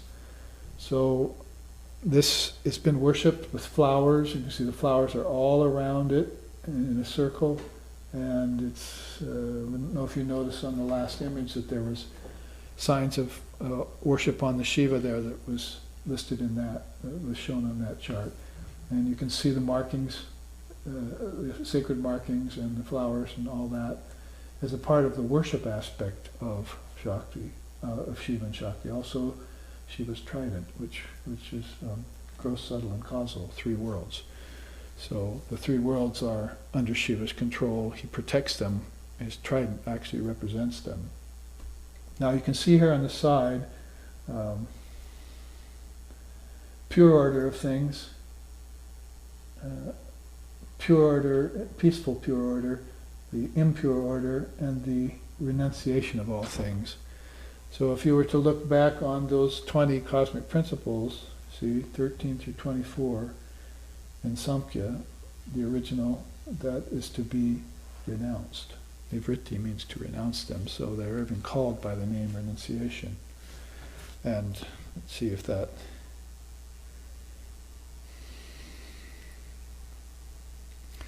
Shiva or Brahman, so the Tantra will even align Paramasiva with Brahman and Vedanta. Shiva or Brahman, in association with Kala or Prakriti, time and nature, is called Sakala or Saguna. That's with time and with attributes. It is taught, or bear that, in which there is vibration, spandana, and wherein evolves the heart of reality. So Tantra is taking seriously this idea of manifestation.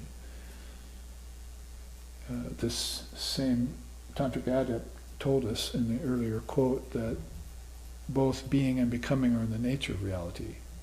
So that's where Tantra differs from Advaita and Vedanta and so forth, that becoming is an illusion. But Tantra steps forward and says, no, it's in the nature of reality to become, to play, to sport. Advaitas don't take kindly so much to that. Sporting isn't their thing, but they want the essential reality without all the manifestations. Thank you very much. So I think the validity and the need to know these bandhas is so you can, in this day and age, you can reconnect yourself to that original thought. Bear that, he calls it. Because a lot of people are having a hard time doing that. So I believe the idea of kingdoms of heaven within, or my Father's mansion has many chambers, is that very need to connect yourself. Just like in this other chart, you saw how each of those things was connected to the next tattva. Ishvara to raga, the power of attraction. Pure knowledge to relative knowledge to the ego. And all these were connected. They look like just assignments on a piece of paper, but these are actually consciousness, as he's saying here, associated, wrapping itself in the tattvas. Sometimes in Tantra these are called kanchukas, or wrappings, which is very much like in Vedanta, the koshas, the upadis, the idea of a wrapping around something. That consciousness takes on a covering on purpose. Of course, in Tantra, even your ignorance is assumed. Even your bad deeds are assumed. So if you come back to work out karma, so to speak, the working out of karmas is just like a fruit ripening. It's not like a black mark on your soul. It's like if you have some thing that you're working out, it's just a matter of that thing needing to get light and ripen. So they sometimes use the metaphors, there's a fruit tree there, a bunch of fruits on it, and I can't see the sun. But when one ripens and falls off, there's a hole in the tree. Now I can see the sun where the fruit used to be. So when your bad deeds and your malas, they're called in Tantra, they ripen in life, then you can see Shiva. And so you put them there on purpose to veil Shiva, and then when they ripen and fell away, you got the revelation of seeing Shiva. And that's just pure and simple. It doesn't have to do with virtue and vice and sin and virtue and all of that kind of thing. Those dualities are not real. So Tantra doesn't look at them seriously. So it's a whole different, and I might say very refreshing look at life and inner life that these Indian systems and darshanas give you, if you give them time enough in your mind and study them and let them connect. Then they're very important to you as a matter of spiritual evolution, or call it involution if you like. Now these are the same we just looked at, only they're the 12 focused on. There's the lower 24, you might say, or 13 to 24 that we looked at. Now, if the Purusha, we said the individual soul, and then raga, power of attraction, adhesion, attachment, and involvement. So here the definition of raga as being attraction goes even further. Raga can become so misused as to actually tease you to something, or to involve you in something, or to make you attached to something. So a yogi learns to use that by attaching and detaching at will, my teacher used to say. Some beings are supremely non-attached. The game is over for them. They don't need to have anything to do with the lower tattvas, and they won't, thank you very much.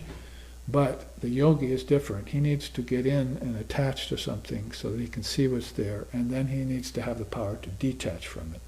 For instance, if he's helping living beings to get enlightenment, he's going to have to involve himself with them and seem like he's very interested in and so forth and attached to them. But then at a minute's notice he can detach from them as soon as they're free. And so you see that in some of these high-minded souls. They're very much like that. Now you see Niyati, we said cosmic laws and their natural order. So there's a natural order to the way things occur, as the previous chart showed, how it's, like I said, a trickle-down process. All these things connect to something else, and they connect to something else, and finally we find them right here. And if we leave them disconnected here, then we wander around the three worlds without knowing who we are. That was Pipalada, ancient rishi, who said that. Beings here leave the three nadis unconnected. Three nadis are Ida, Pingala, and Sushumna, and basically they're waking, dreaming, and deep sleep. So if you leave them unconnected in life, then you forget about them, their connections, then you do not master the word, so you don't know that the word started all of this off. And you cannot trace yourself back to it. So Jesus was pretty much speaking Greek to John when he said in the beginning was the Word. The Word was, maybe he really was speaking Greek, we don't know, but I'm using that as an analogy. But basically, it was as if a foreign language to John. John didn't understand it. And I think the story is that he ended up meditating in a cave at the end of his life, and a lot of his meditations were around the Word. And so that utterance in the Garden of Gethsemane, probably about in the beginning was the Word was with God, the Word was God, was something that was not known in that age to the Jews, to the Jewish tradition so much. It had been covered over for hundreds and maybe a few thousand years. And so it was being brought more to the surface because Jesus knew that that was the origin, or the unstruck sound, as India was wont to call it, of all things. All the vibration was coming forth from that. And to a consciousness that wasn't aware of everything that was happening out of the Word, it seemed like it fell into phases of time, you see. And so they just let that go by, and then they fell into an individual soul. And then that individual soul projected the worlds, and God had nothing to do with this. Meanwhile, Lord Shiva and Paramashakti are in their perfection always, at all times, beyond vibration. So this trickle-down process is a play, yes, but then you should see why some philosophies might have gone, I think I'm through playing in the fields of the Lord, and I want to go home. I've flexed my muscles in the gymnasium of the world, and now I want out. That's how Vivekananda would put it. The world is a gymnasium. Flex your muscles and get out. So you want to go back into this, and there's a natural order of things which you will espy and use to get yourself up and out of the body. Get yourself up and out of attachment to form. Get yourself out of the idea of being an individual, and so forth. So this is an inner process that's gradated and subtler is becoming more and more inward. Kings of heaven within. My father's mansion has many chambers. See? So here's another one, Vidya, cognizance of awareness of differentiation, presence of Shakhty. So at about this level, Vidya, knowledge, beings begin to connect the fact that knowledge has a mother. And even if you look at somebody like Shankara, they're going to connect it, all knowledge, to mother, like Bhakti, goddess of the word. It's going to be an important connection, and they're going to want to teach their students that wisdom words have a lot of power in them. Like, here, let me give you a mantra. And that's a classic example. Most Westerners that I've seen in my own life and that I've heard of do not know anything about the mantra when they get it. They're not ready for it. They're not qualified to know it. They don't know that the mantra contains 3 goddesses, for instance, Tripura Sundari, and that you're supposed to uncover them over time and see them. They're just saying the mantra like a parrot. And quite often that'll have a little bit of positive effect on them. Oh, the mantra really helped me. I'm feeling more peaceful now, thank you. But the power that's in the word is the power of Mother, and she is enlightenment. So if you can say the mantra with full knowledge, it's sort of like a Mahavakya. You say it once and that's it. And it implodes. All the mother matrikas, we're just talking about matrikas, right? All the matrikas will implode at once. It'll be like a huge enlightenment experience. And Shri said, like striking a match in a dark room.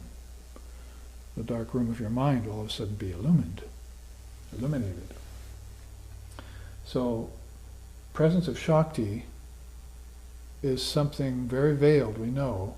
Most people don't know about her, and all the religions we've seen over the last several thousand years, nobody has mentioned her except India. And so she is very hidden. And if you try and bring her out of hiding, she's very precocious. She sometimes doesn't want to come out of hiding. And she'll only reveal herself to certain souls who are pure-minded enough. You see where I'm going with this, up towards the pure knowledge, you see. So here, the presence of Shakhty is there. Realization of her probably is not yet. But one is cognizant of awareness of differentiation. It's like all of a sudden I had a coconut and I saw it and I thought it was one thing. But after a while I realized it was 5 things. It was outer husk, inner husk, the meat and the milk. And it wasn't until it was ripe that I knew the coconut was what it is. First it just looked like one thing. But as I studied it, it showed its differentiation. So you need to have that kind of awareness of differentiation about these things, plus their order, and your soul has to be connected to them. In fact, if you're using raga in any other way, you become connected to this, right? Air, earth, fire, water, and ether, tasting, touching, hearing, smelling, seeing, sense life. But if you use raga to connect inwardly, then the soul begins to see the natural order of things, and it begins to attise to higher things, adhere to them. And so the natural result is knowledge at a higher level. Pure knowledge is still yet to come. So we're now giving you a further definition of the 12 tattvas of Shaivism. There were 36. We were talking about the regular 24 of Samkhya. Now we're beginning to define, as words can tell, each of these 12 that lead back to Shiva and Shakti. Aham and Idam, they call them. I am and this is. This is classic Tantra of the very highest kind.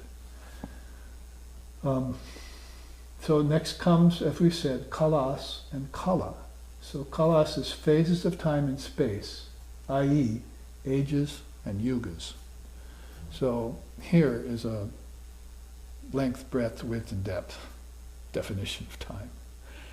Our time is very linear. It's very limited, and it's only in accord with physical events that happen at one level of our consciousness, waking. In dream, we're not aware of time. In deep sleep, it goes away completely. So time is very, very limited the way we think of it, and that's why they want to stun us first by saying, well, guess what? It's an illusion. You're using time to imagine things. So then they say, how about spending your time more wisely now? And who else to concentrate on but Shiva? His name is time. They name him Kala.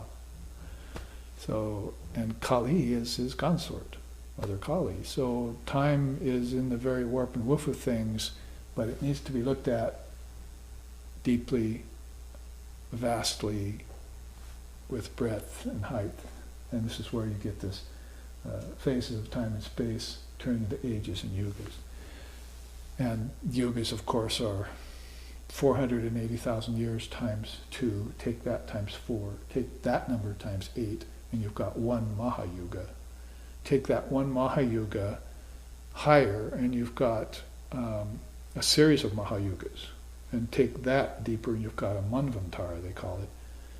And it never ends and it never begins. So the whole point of it isn't to find out how long it is. That's impossible to tell if it's not real. The real point of it is to see how everything's cycling, and nothing ever is born and nothing ever dies. Nothing's ever created and nothing ever is destroyed. One of my favorite quotes of Divine Mother in the Srimad Devi Bhagavatam. All this is going on all the time, and in all of it, nothing is created, nothing is ever destroyed. It's always staying the same. So she holds in her two hands of stability this little teapot. You see what they call it? Tempest in a teapot, Shakespeare said. So there's this tempest in a teapot going around in circles. That's phases of time going on, while the soul looks on, transcendent. So it needs to do that. It needs to see that time and space are relative.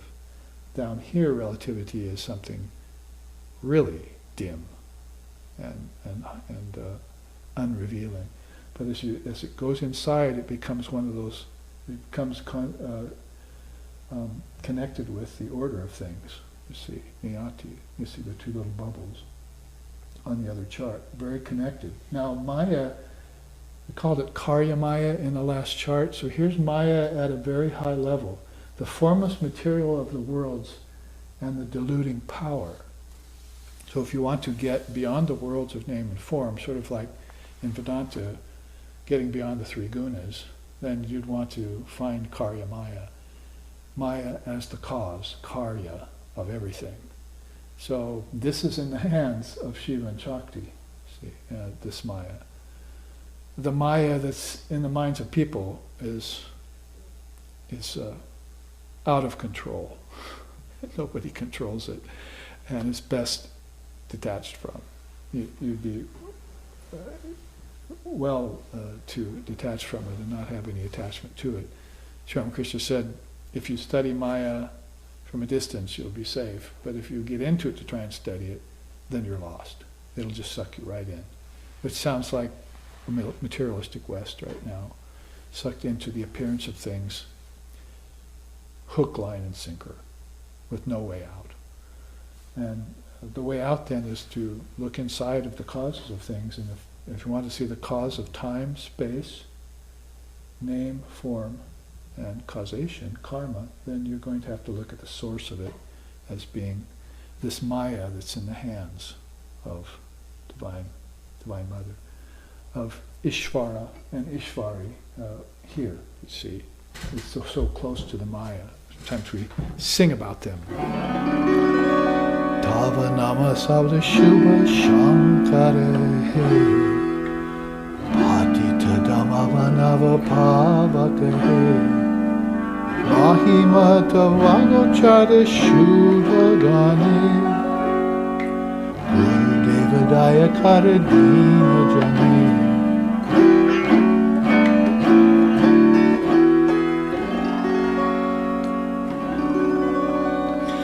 Jaya Sadguru Ishvara Prabha Kahe, Avaroga Vikara Vinashaka He, Anayena Rahitava Shri Charane, Guru Daya Karadina Jane.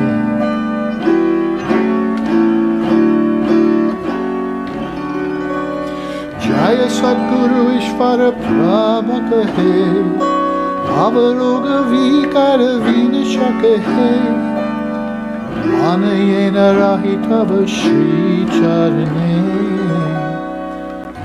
Guru Daya Karadina Jane.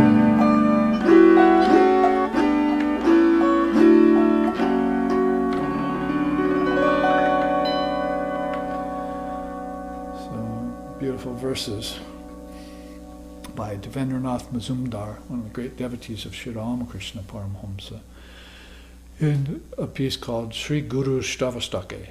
And he talks about Jaya Sadguru Ishvara, victory to the Sadguru, the highest teacher, which we are working our way towards, and who is the manifestation of Mother Shakhty, who is the Brahma, Vishnu, and Shiva in form. That's how they call. So you would find that being in control of Maya, still in Maya, but in control of it.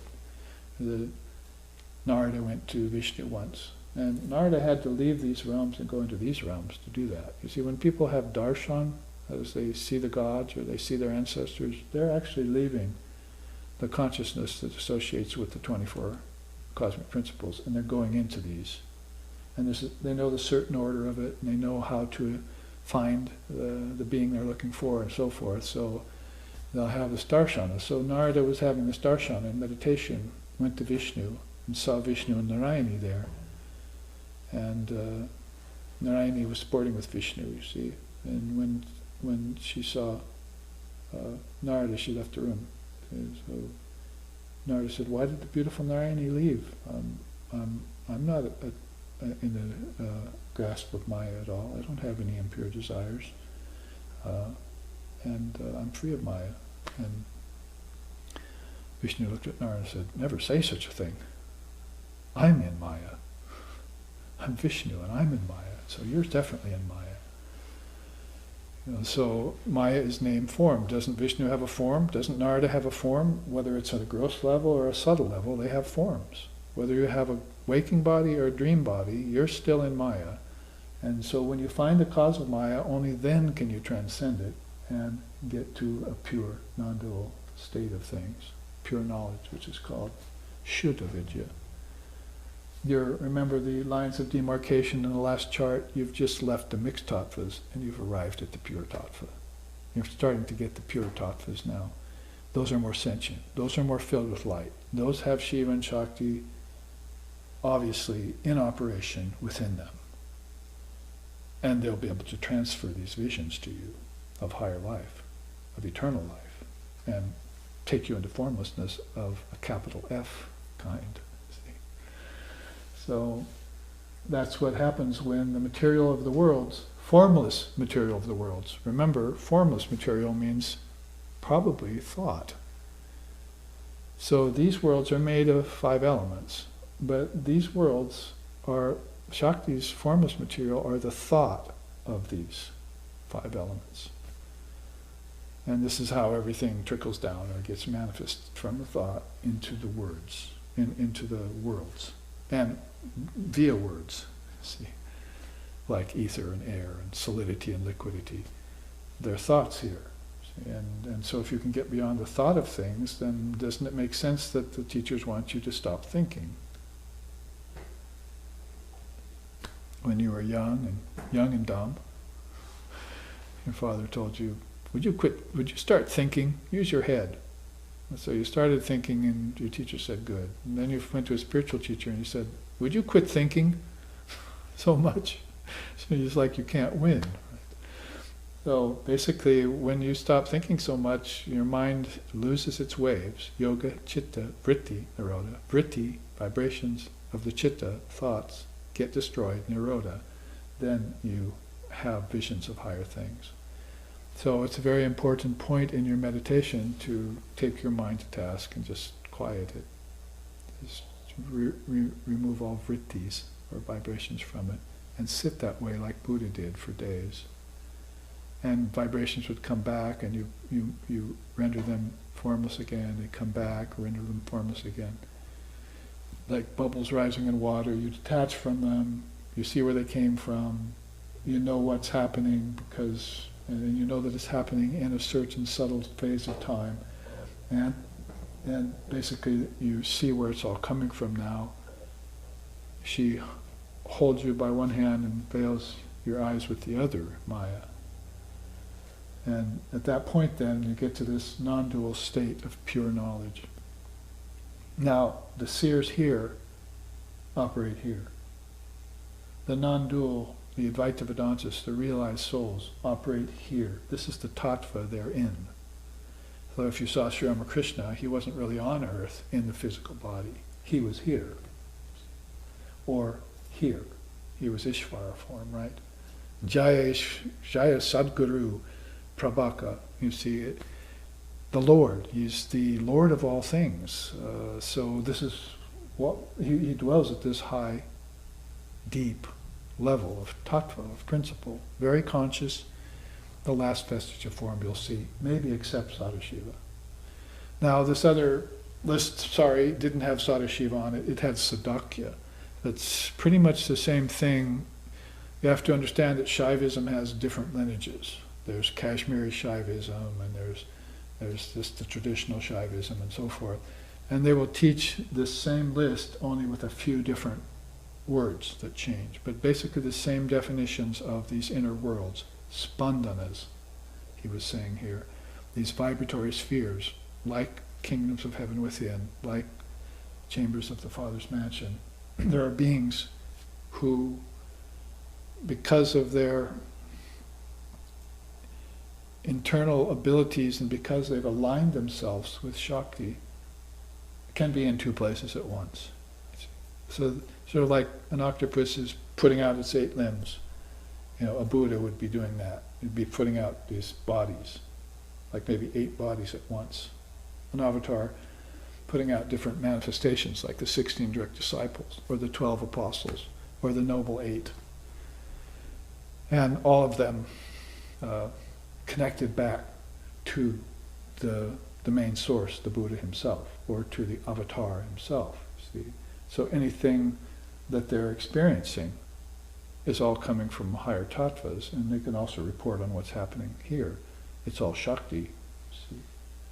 She's infusing them with the ability to be fully aware, to know all things, to be omniscient, and to report back to her in lightning swift speed of what's happening in any given world, loka, nadi, or universe, or universes, as he says here. So basically, if you've arrived to Ishvara, the Lord of the objective world, so any time there's individuality happening, there has to be somebody overseeing these many, many, many souls that have separated themselves out from the oneness of Shiva and Shakhty. They've become two. They're in the game of becoming. But there are rules to this game. There are cosmic laws to this game that most people are missing. So if Shaivism wants to come along and plug these in for you, so that you're not just operating at the level of the 5 elements and the 5 senses and maybe some dreams, then operating at your desire to know Brahman and be enlightened, but that you know the rules to the game that flow in and out of these states. Because other beings like Dalai Lama or Swami Vivekananda, beings like that, are using these channels to go inward. This is inner life, defined. These are the inner worlds you've been hearing about, the higher ones. And they're less dreams. These very things may be dreams to people who happen upon them, happenstance-wise, but they're actual lands of consciousness, like chakras, to these souls that are moving through them. So this is revelation, as he's saying. This is the highest revelation. Sadashiva, knowledge force, nada, sound, combined with intelligent expression, bindu. Those, bindu and nada were listed up here, but not as Sadashiva. They were listed connected to Sadakya, the 6 ways of Brahmagyan in Tantra. Now, we've gone through what is to be renounced, impure order of things, lower knowledge, then pure order of things, which is called peace. You see, beautiful words, vidya and shanti. So here is all peace, peace, peace. If you wanted to look on this side, it's transcendence of lower things is what you need. Then you need mixed knowledge, and then peaceful abidance, and finally beyond peace, shantatitya. And so that's what this says there, shantatitya, the very pure order of things. This is mixed pure, and this is impure, and this is pure, absolutely pure. There you see them in all of their glory, aham idam. Static, all-pervading synthesis of things, and the dynamic, indwelling essence in all things, Shiva and Shakti.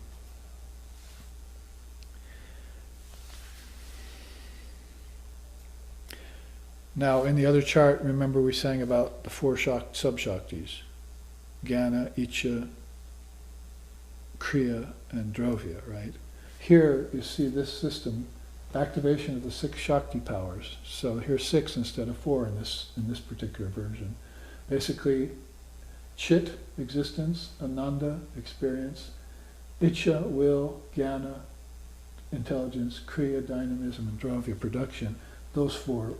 These 3 actually were on the other chart, and I mentioned this 4th. So this activation of the 6 Shakti powers are the combination of Shiva and Shakti that produces all things. I won't use the word creation, nor should I use the word projection. I'm going to say produce. So out of all of these powers, you see there's 6 grades of consciousness coming out of the Great Mother. 6 grades of consciousness. These are the main grades of consciousness that will turn from the pure order into the impure order, and all the way down to the 5 elements. That's why we see beautiful suns, why we see flowing waters, why we breathe pure air, and why we know about ether that holds space. It's all her. And she's activated them all by these 6 main powers. Beautiful additional teaching in Shaivism. So these are called spandhas. Basically, at the highest, then you have Paramasiva, which is just like saying consciousness is, and Mahashakti with her 6 grades of consciousness. That is all very formless, of course, and in the deepest essence of things.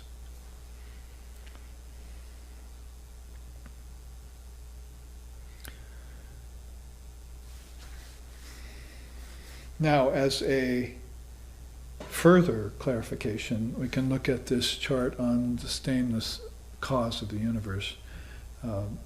This is a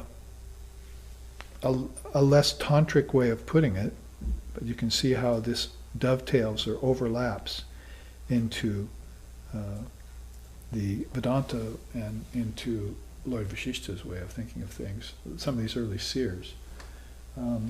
You're probably still reeling from that. But, That would be correct. but in conjunction with the 36, I wanted to spotlight the 12, as you can see, because some of you have been with me long enough to know about the 24 cosmic principles and how important they are to all Indian darshanas. This, as I say, is Yoga Vashishta's explanation to the young Ram, who is the avatar, the Ishvara of the age at that time, in that yuga. And so you can see how the question came, from whence came all these universes? Whence came all these universes? Ikshvaku asks Svayambhuva. And this is, of course, Vashishta telling Ram about Ikshvaku asking Svayambhuva, these classic itihasa stories of India that overlay so many stories inside of stories.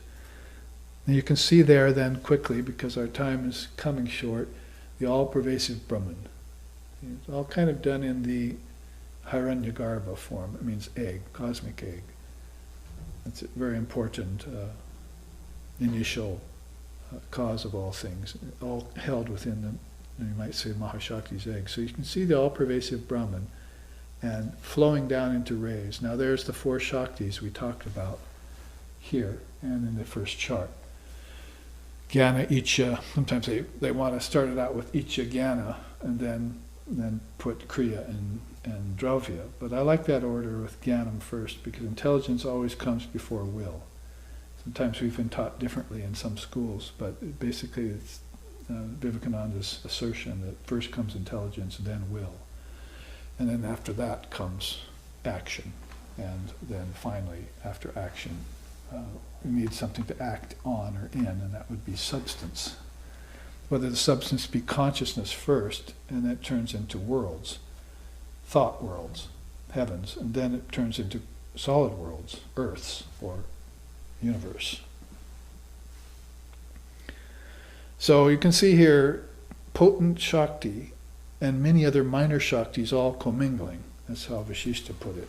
So the four are not enough, as it were, to flesh out the whole picture, that there are other powers. Like, I remember talking to a Jain Muni once at a hotel in Chicago for the Parliament of Religions I was attending, which was 1993. It was 100 years after Swami Vivekananda's coming there. So we had another 100-year centenary of the Parliament of Religions, which was the second one. And I was in the hallway, and there was this Muni who was sitting in the hallway outside his room. In India, they just leave their hotel rooms open. So the doors are open. People can come in and out. They don't have a sense of privacy or shutting the door. So he was just sitting out in the hall. And so I recognize you, namaste. And we sat down and talked, and he said, yes, Shakti is a very beautiful, beautiful thing in my tradition too, in Jainism. He says that if you could go outside in the yard, you see, and to just pick up a handful of dirt, and if you looked in it, you'd see hundreds of Shaktis operating there. So it showed how he was thinking of how the all-pervasiveness of Shakti, and all these minor Shaktis, all the way down to the 24 cosmic principles, which are this furthest world out. The waking state, you might say, or the 5 elements. So out of that, the trickle-down process continues, and here's the cosmic egg, Hiranyagarbha, which I just mentioned. And inside of remember, the Hiranyagarbha is being fed eternal wisdom rays all the time. This is another way of putting this, that out of the pure knowledge, that will feed Maya, and Maya will feed time, and time will feed lower knowledge. And so if you have the power of connecting, the Vyahritis, like Bhurbhuvaswaha, or the Mahasamhitas, the great connections that don't need to be connected, they're already connected, you just have to see them. Then you can understand this, and you can feel these eternal Jnana rays at any level of consciousness you're operating at. This is why they're lit up all the time, like Sri Ramakrishna or Swamiji, but never in need of any knowledge from an external source. It's all coming from within. Endless like that. So you make the connection, and the eternal Jnana rays are feeding this cosmic egg, you see, in which all these things happen. And we're beginning to trickle down here into the lower echelons of this process. But here is the rub. All universes, 5 elements and objects are also made of Shakti power. They're also made of intelligence. Holy Mother used to say that to us, and I never tire of repeating it, so that some of us may begin to actually believe it and get it. Is that all objects are just your thought made manifest. Objects are just thought concretized, she would say. And we're not seeing that. We think they're different from us, and that they came out of nature. But we're not making the connection that there are thought forms. So if you study waking and dreaming, then you might get the clue that, yes, the outer worlds came out of the inner worlds. And if you want to go deeper and understand it, they have ways. Sadakya, they have 6 ways, with alphabets, with letters, with words, with garlands of alphabets. with Mother Power, with Vakdevi. They have ways of communicating it to you so that you will understand it philosophically and that you will seek it experientially and that you will realize the oneness of Shiva and Shakti, if you want to put it that way. No matter how much variegation or how much differentiation there is, because you become aware of differentiation soon, but you also become aware of unity going the other direction. So where did this idea of differenceness and manyness come from? Somewhere after Maya and time kicked in. So we want to take this back in and return to the original unified consciousness, the homogeneous nature, the one indivisible mass of pure conscious awareness, Chid-Gana, which is the natural state of things where nothing needs to be connected. There's no connections in something that's already one. It's all firing like a 12-cylinder Jaguar, perfectly. See, cruising along. So if you come down, the rub here is that when consciousness becomes aware of these universes that are made of the five elements and are producing objects and doesn't know that the mind created it, not only the individual mind, the collective mind that's inside of this, but the cosmic mind that stands at the hub of it, then it falls into problems.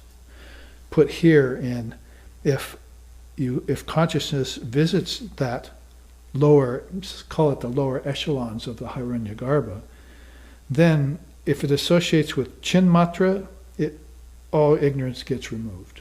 Ignorance cannot adhere, like darkness cannot be around a sun. So Chinmatra, basically there's that word matra again, mother or particle, and Chin means consciousness. So the particle of consciousness, if you keep that fired up and you bring that with you as you come out of deeper, higher tattvas into bodies, into time, into space and so forth, then you can penetrate through and destroy sankalpa. You can realize the nature of everything that's been projected and focus on the Atman, attain non-existence, it's a nice word, Buddhist and Vedantic, and know that all is Brahman. So you come through the process, hit the lower echelons of it, see thought congeal into matter, and don't get stuck there and go beyond it, and you realize that the whole thing is Brahman. That Paramasiva and Parashakti are at the hub of all this, and you've penetrated through all the appearances of the three worlds, or of these three states. If you don't, see the double bar there, then basically beings who associate with ego and sankalpa create the illusion of bondage. To put Vasishtha, to put that to Ram, would say, there is no bondage, there is no ignorance, that's all created by you. But there is the appearance or the illusion of bondage. It's all you're doing. Be done with it. See through it. Be free. Even pretend like you're free. Sri Ramakrishna used to say that. He used the story of the distant bowl of fruit on the table. Your mouth starts watering. You head for it. But it's wax. You get there and it's wax. So it means nothing in the world will satisfy you. Your thirst, your hunger.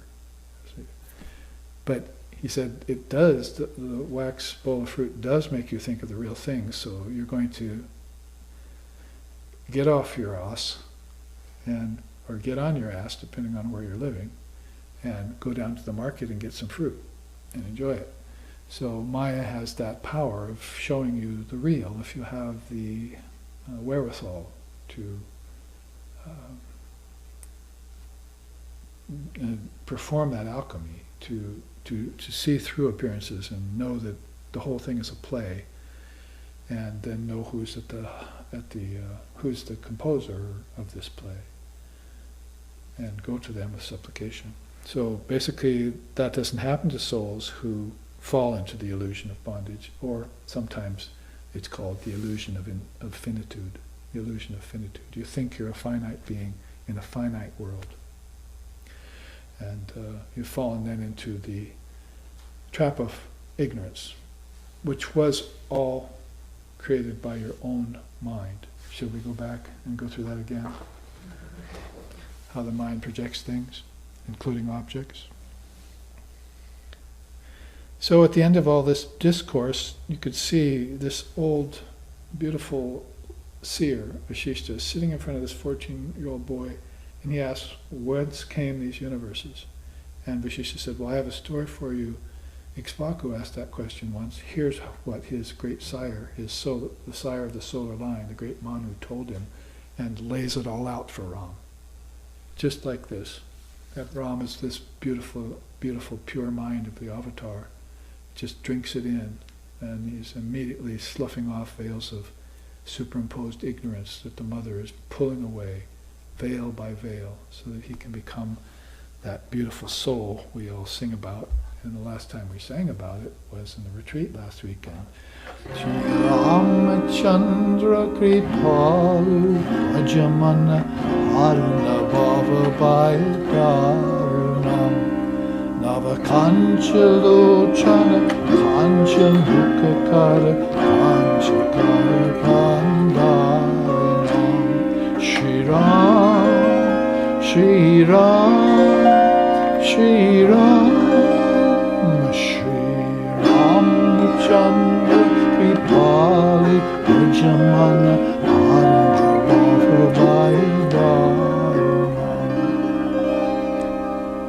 So in that incarnation, he's again fast becoming in knowledge of all the systems due to Lord Vashishta giving him a quick version of what Shaivism was going to uncover hundreds of years hence, thousands of years hence maybe, because this is a fairly new system, relatively speaking, in Shaivism, the 12 spandhas. Samkhya Yoga 24 was much before that. And this is nice because the stainless cause of the universe, of course, and what the soul goes through when it goes into the illusion of becoming, or sporting in the fields of the Lord, and coming out of it, or getting stuck in it, as the case may be, like a wizard or a magician using a magic wand to create a world, and then he steps into it, but he forgets his wand outside. He's so amazed by the world he created, he drops his wand and steps into this world, and he can't get out. So souls step into a world of their own mental devising and stay caught in it for lifetimes. If you believe the words samsara in Buddhism and Maya in Hinduism or Vedanta or Shaivism, then you'll know that that's going on all the time. And if you know that their time is going on in cycles like this, you know how easy it will be to get caught in it, and how rare it will be to get out of the banks, get out of the river and get on the banks and see it in cycles of time, so that you will never get caught in it again. So this first class on study and worship of Shiva and Shakhty has been given. Next week we talked about the beauty of the word. So I want to show you some examples of teachings that have about mantras that have Shakti power in them. We'll look at that more closely for our second and final class in this particular series.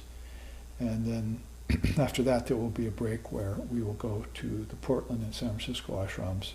I'll be teaching from the Amrita Bindu Upanishad and from the Adhyatma Upanishad. And then we'll come back and have another series of classes. I forget what the title of those will be at present, but you can look at them on our schedule. So thank you for your kind attentions, and here we will end with the Sanskrit Sloka. Om Sato Ma Sadgamoya Tamaso Ma Joytir Gamoya Mrichor Ma Amritam Gamaya Abira Mayiti Rudrayate Dakshinamukam Tenamam Pahinicham Om Shanti Shanti Shanti. Lead us from darkness to light. Lead us from lower truth to higher truth. Lead us from the unreal to the real. And lead us from the illusion of death to eternal life. Reach us through and through, O Lord and Mother, Shiva and Shakti, with thy sweet and benign presence. Om peace, peace, peace. May peace be unto us, and may peace be unto all. Om Hari Om.